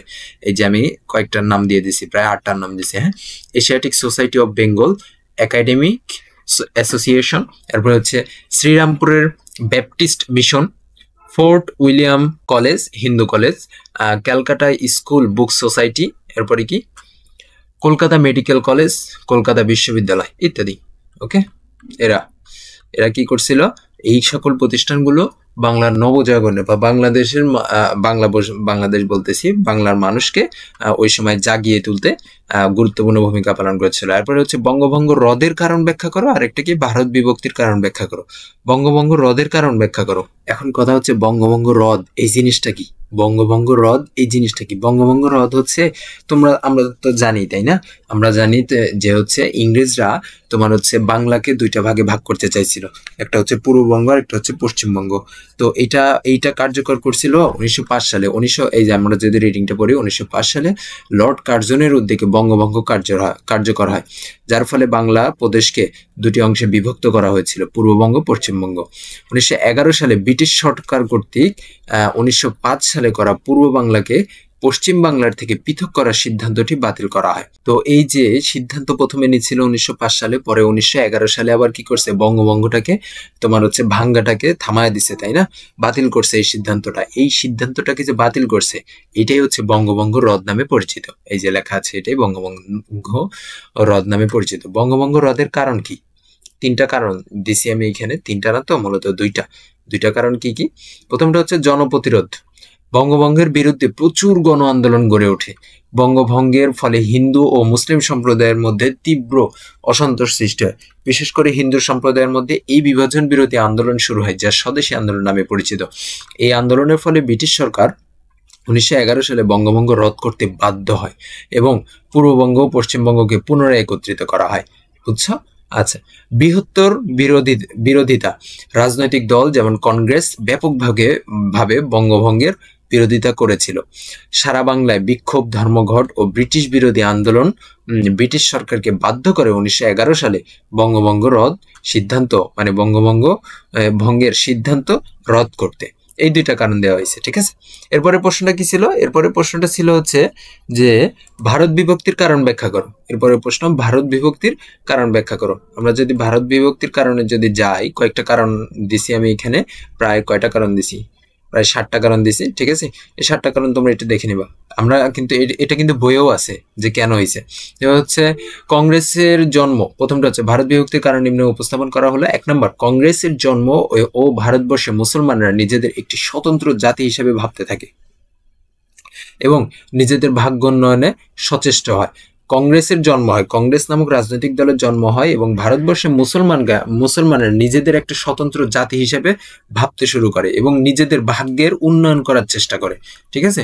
2 নম্বর হচ্ছে হিন্দুদের আক্রমণের মুখে ব্রিটিশ সরকার 1911 সালে বঙ্গভঙ্গ রদ করায় মুসলিম সম্প্রদায়ের দারুণ হতাশায় নিমজ্জিত হয়, ঠিক আছে। 3 নম্বর হচ্ছে 1909 সালে মরলি মিন্টো সংস্কার আইনে মুসলমানদের পৃথক নির্বাচনের অধিকার দেওয়া হলে এবার কংগ্রেস এবং হিন্দু সভা এর তীব্র বিরোধিতা করে। 1939 সালে মোহাম্মদ আলী জিন্নাহ দ্বিজাতি তত্ত্ব ঘোষণা করেন। এর মূল কথা, মুসলমানগণ ভারতের সংখ্যাগুলো সম্প্রদায় নয়, বরং হিন্দু মুসলিম ভারতের দুটি স্বজাতি। আচ্ছা, 5 নম্বর কি? 1940 সালে 23 মার্চ লাহোরে অনুষ্ঠিত মুসলিম লীগের অধিবেশনে জিন্নাহ এর দ্বিজাতি তত্ত্বের আলোকে ভারতবর্ষ পৃথক মুসলিম রাষ্ট্র গঠন করার প্রস্তাব গৃহীত হয় ভারতবর্ষে। ওকে, তারপরে 6 নম্বরটা কি? 1946 সালে 9 এপ্রিল দিল্লিতে স্বাধীন রাষ্ট্রসমূহ কথাটি সংশোধন করে এটি স্বাধীন সার্বভৌমত্ব রাষ্ট্র গঠনের প্রস্তাব গৃহীত হয়। আর 7 নম্বর কি? 1946 সালে হিন্দু মুসলিম সাম্প্রতিক দাঙ্গা ভারত বিভাগের অনিবার্য পরিস্থিতি সৃষ্টি করে। তো এই ছিল হচ্ছে এই প্রশ্নের উত্তর, কাজ নাম্বার 4-এর উত্তর। এবং আজকে আমরা অনুশীলনীতে যে প্রশ্ন, এমসিকিউ প্রশ্ন এবং সৃজনশীলগুলো আছে সেগুলো সলভ করব। তাহলে চলো শুরু করি। বাংলার স্বাধীন সুলতানি শাসন প্রতিষ্ঠা করেন কে? ফখরুদ্দীন মোবারক শাহ। এটা কিন্তু আমরা প্রথম 3 নম্বর পৃষ্ঠাতে যত সম্ভব ছিল। বাংলার স্বাধীন সুলতানি প্রথম প্রতিষ্ঠা করেন কে? ফখরুদ্দীন মোবারক শাহ। ওকে, শশাঙ্কের মৃত্যুর পর 100 বছরকে মাৎসন্যায় যুগ বলা হয়, কারণ তখন দেশের সর্বত্র বিশৃঙ্খলা বিরাজ করতেছিল। এটা ঠিক আছে, একটা অরাজকতা অবস্থা সৃষ্টি হয়েছিল ওই 100 বছর, তাই না? বইয়ে এইভাবে লেখা আছে। আচ্ছা, কারণ তখন দেশের সর্বত্র বিশৃঙ্খলা বিরাজ করতো, ঠিক আছে। এরপর হচ্ছে বড় মাছ ছোট মাছ, এইটা কোনো অপশন হইলো? কি অপশন দিছে, যাই হোক। এরপরে হচ্ছে শাসকবর্গ সুশাসনে অক্ষম ছিল। তাহলে 1 আর 3 হবে হচ্ছে উত্তর, তাই না? হ্যাঁ, ওকে। এরপরে হচ্ছে মাহিমের দাদু তাকে একটি ঐতিহাসিক ঘটনার প্রসঙ্গে বললেন যে বাংলার নবাবকে শাসন কাজের জবাবদিহিতা করতে হতো। তাকে এ কাজে অর্থের জন্য অন্য একটি কর্তৃপক্ষের মুখাপেক্ষী থাকতে হতো। মাহিমের দাদুর বর্ণিত ঘটনায় কোন শাসনের চিত্র প্রতিফলিত হয়েছে? দৈত্য শাসনের। কেন? দৈত্য শাসনে আমরা দেখেছিলাম কিন্তু, হ্যাঁ, যে নবাবদেরকে দৈত্য শাসনের মাধ্যমে একটা চুক্তি হয়েছিল নবাব এবং ইংরেজদের মধ্যে, তাই না? সেই নবাবদেরকে কি দেওয়া হয়েছিল? শাসনভার দেওয়া হয়েছিল, কিন্তু যে হচ্ছে রাজস্ব বা কর আদায় করার দায়িত্ব, তারা এই দায়িত্বটা নিয়েছিল হচ্ছে ইংরেজরা। যার কারণে কি নবাবকে এই ইংরেজদের মুখাপেক্ষী হওয়া লাগতো, তাই না? আর ওইটা কি ছিল? ওইটা ছিল হচ্ছে দৈত্য শাসন। ওকে, তারপরে কি? যে বর্ণিত ঘটনার ফলে দেশে অর্থনৈতিক সমৃদ্ধি ঘটে, তাই জীবনে ঘটছে। জনগণ দারুণভাবে ক্ষতিগ্রস্ত হয়। এটা ঠিক আছে, কিন্তু এই জিনিসটা আসলে বইয়ে লেখা নাই যে জনগণ দারুণভাবে ক্ষতিগ্রস্ত হইছে কিনা। কিন্তু জনগণের মধ্যে বিদ্রোহী মনোভাব জেগে ওঠে, এইটা ঠিক আছে। দৈত্য শাসনের কারণে জনগণের মধ্যে বিদ্রোহী একটা মনোভাব জেগে উঠছিল, যে হচ্ছে এই সরকারকে হটানোর একটা মনোভাব তাদের মানে জেগে উঠেছিল, তাই না? তার মানে উত্তর হবে শুধুমাত্র 3, মানে গ নাম্বার উত্তর। ওকে, আচ্ছা, সৃজনশীল প্রশ্ন। নবীনপুর শিক্ষা দীক্ষায় পিছিয়ে থাকার ফলে এলাকাবাসী সব ক্ষেত্রে অনগ্রসর ছিল। উক্ত এলাকায় স্থানীয় প্রভাবশালী ও সম্পদশালী এক ব্যক্তির উদ্যোগে একটি প্রাথমিক বিদ্যালয়, একটি মাধ্যমিক বিদ্যালয় ও একটি কলেজ প্রতিষ্ঠিত হয়। ধীরে ধীরে এলাকার মানুষের মধ্যে শিক্ষার আলো প্রজ্বলিত হয়। কয়েক বছরের ব্যবধানে উক্ত এলাকার মানুষ সমাজ সচেতন হয়ে ওঠে এবং এলাকায় শিক্ষিত নারী রায়হানার নারী শিক্ষার বিষয়ে এলাকাবাসীকে সচেতন করে তোলেন। ওকে, ক নম্বর প্রশ্ন, ভারতে প্রথম ভাইসরয় নিযুক্ত হন কে? ভারতে প্রথম ভাইসরয় নিযুক্ত হন লর্ড ক্যানিং। লর্ড ক্যানিং। ওকে, ভারতে প্রথম ভাইসরয় নিযুক্ত হয় কে? লর্ড ক্যানিং। আচ্ছা, বাংলা 1176 সনে এদেশে মারাত্মক দুর্ভিক্ষ দেখা দেয়, কেন? হ্যাঁ, এটার অ্যান্সার কিন্তু আমরা বইয়ের থেকেই দিতে পারি। বইয়ের থেকে কিভাবে দিতে পারি, বইয়ের কতখানি হবে আমি তোমাদেরকে দেখাই দিই। হ্যাঁ, আমি যদি একটু বাহির করি 5, 6, এই যে, হ্যাঁ, এই যে এতটুকু অংশ, এখানে আমি কিছু কিছু অংশ মুছে দিছিলাম, আমি মোছাগুলো ক্যান্সেল করে দিই। ওকে, এই যে এতটুকু অংশ যদি দিয়ে দাও তাহলে হয়ে যাবে। কিন্তু এই যে এইখানে 2-3টা লাইন বেশি আছে, এই যে দৈত্য শাসন ছিল এদেশে মানুষের জন্য চরম অভিশাপ, এটা দেওয়ার দরকার নেই। এখন তোমরা যদি আরো গোছায় যদি দিতে চাও, সেক্ষেত্রে আমি আরো গোছানো আনছি। এই যে 1765 সালে লর্ড ক্লাইভ আনুষ্ঠানিকভাবে বাংলা, বিহার ও উড়িষ্যার দেওয়ানি লাভ করলে এই বিস্তীর্ণ অঞ্চলে রাজস্ব আদায়ের ক্ষমতা ইংরেজদের হাতে চলে যায় এবং প্রশাসনেও তাদের কর্তৃত্ব প্রতিষ্ঠিত হয়। রাজস্ব আদায়ের দায়িত্ব পেয়ে ইংরেজরা প্রজাদের উপর অতিরিক্ত করের মানে বোঝা চাপিয়ে দিয়ে তা আদায়ে প্রচন্ডভাবে চাপ সৃষ্টি করে। এর উপর ইংরেজি 1768 সাল থেকে 3 বছর অনাবৃষ্টি, এর ফলে দেশে দুর্ভিক্ষ দেখা যায়। মূলত এই দুটি কারণে বাংলায় 1176 সনে দুর্ভিক্ষ দেখা দেয়, যা ইতিহাসে 76 দের মন্বন্তর নামে পরিচিত। আচ্ছা, এই 1768 সাল যে, এটা হচ্ছে ইংরেজি, হ্যাঁ, এই যে লিখে দিছে ইংরেজি, কিন্তু বাংলায় এই 1768 সাল হচ্ছে 1176 সন। ঠিক আছে, খ নম্বর প্রশ্ন এটাই। এরপরে গ নম্বর প্রশ্ন হচ্ছে উদ্দীপকে বর্ণিত পরিস্থিতির মতো 19 শতাব্দীতে বাংলায় কিসের উদ্ভব ঘটেছিল ব্যাখ্যা করো। উদ্দীপকে কি হয়েছিল এটা তো তোমাদেরকে আমি পড়ে বললামই। তো এইটার মতো 19 শতাব্দীতে বাংলায় কি হয়েছিল সেটা ব্যাখ্যা করতে বলছে। তো ব্যাখ্যা যদি করতে যাই, এই যে উদ্দীপকে বর্ণিত নবীনপুর এলাকায় স্থানীয় প্রভাবশালী ও সম্পদশালী এক ব্যক্তির উদ্যোগে, মানে এখানে এটা লেখা আছে, এখানে তোমার হচ্ছে উদ্দীপকটা লেখা আছে। উদ্দীপক লেখা আছে কত দূর পর্যন্ত, এই যে এত দূর পর্যন্ত উদ্দীপক লেখা আছে। এরপরের থেকে দেওয়া আছে হচ্ছে আসল উত্তর। এই পরিস্থিতির সাথে 19 শতাব্দীর বাংলা আর পরিস্থিতি তুলনা করলে বলা যায় ইংরেজদের সহযোগিতায় রাজা রামমোহন রায় ও ঈশ্বরচন্দ্র বিদ্যাসাগর অনুরূপ ভূমিকা পালন করে সমাজ সংস্কারে কোথায় গেল, এই যে সমাজ সংস্কারে যথেষ্ট অবদান রেখেছিলেন। সে সময় ইংরেজদের দ্বারা প্রতিষ্ঠিত হয় বিভিন্ন শিক্ষা প্রতিষ্ঠান। এই অংশটুকু কিন্তু বইয়ে আছে, হ্যাঁ, এই অংশটুকু বইয়ে আছে, তোমরা এখান থেকে পড়বা, পড়ে নিজেদের মতো করে লিখবা। হুবহুব যে লেখা লাগবে এমন কোনো কথা নেই, ঠিক আছে, নিজেদের মতো করে লিখবা। ঘ নম্বর কি বলছে, রায়হানার মতো শিক্ষিত নারীর জন্য এদেশে নারী শিক্ষার বৎসগম হয়, কথাটির যথার্থতা নিরূপণ করো। কথাটির যথার্থতা, উদ্দীপকে উল্লিখিত রায়হানা যেমন এলাকাবাসীকে নারী শিক্ষা, মানবাধিকার, মৌলিক অধিকার প্রভৃতি বিষয়ে সচেতন করে তোলে, ঠিক তেমনি তৎকালীন সময়ে কিছু ব্যক্তিবর্গের উদ্যোগে ভারতবাসী সচেতন হয়ে ওঠে এবং ইংরেজদের বিরুদ্ধে সোচ্চার হয়। ইংরেজদের আধুনিক শিক্ষার সংস্পর্শে এসে স্থানীয় কিছু মানুষের মধ্যে নতুন চেতনার স্ফুরণ ঘটে। সতীদাহের মতো প্রথার বিরুদ্ধে আন্দোলন শুরু হয় এবং বিধবা বিবাহের পক্ষে জনমত হয়। এগুলো কিন্তু বইয়ে লেখা আছে, হ্যাঁ, বইয়ে লেখা আছে। এগুলো এত বড় অ্যান্সার দেওয়ার দরকার নাই, আমি তোমাদেরকে ছোট ছোট করে দিচ্ছি। হ্যাঁ, যে ওকে, আমি ছোট করে দিয়েছি। এখন আমি যদি রিডিংটা যদি পড়ি, যে উদ্দীপকে উল্লেখিত রায়হানা যেমন এলাকাবাসীকে নারী শিক্ষা, মানবাধিকার, মৌলিক অধিকার প্রভৃতি বিষয়ে সচেতন করে তোলে, তেমনি ঠিক তৎকালীন সময়ে কিছু ব্যক্তিবর্গের উদ্যোগে ভারতবাসী সচেতন হয়ে ওঠে এবং ইংরেজদের বিরুদ্ধে সোচ্চার হয়। ইংরেজদের আধুনিক শিক্ষার সংস্পর্শে এসে স্থানীয় কিছু মানুষের মধ্যে নতুন চেতনার স্ফুরণ ঘটতে থাকে। সতীদাহের মতো প্রথার বিরুদ্ধে আন্দোলন শুরু হয় এবং বিধবা বিবাহের পক্ষে জনমত তৈরি হয়। রাজা রামমোহন রায়, ঈশ্বরচন্দ্র বিদ্যাসাগর, ধীরজি ও প্রমুখ অবাধে মুক্ত মনে জ্ঞান চর্চার ধারা তৈরি করেন। ঔপনিবেশিক শাসনকালে আধুনিক শিক্ষার ঔপনিবেশিক শাসনকালের আধুনিক শিক্ষা ও জাগরণের আরেকটি দিক হলো দেশপ্রেমে উদ্বুদ্ধ জাতীয়তাবাদের চেতনার আর বিকাশ। সামগ্রিকভাবে সে সময় দেশপ্রেম ও রাজনৈতিক চেতনার জোয়ার আসে। অনেক তরুণ তখন সশস্ত্র বিপ্লবী সংগ্রামের দিকে ঝুঁকে পড়ে।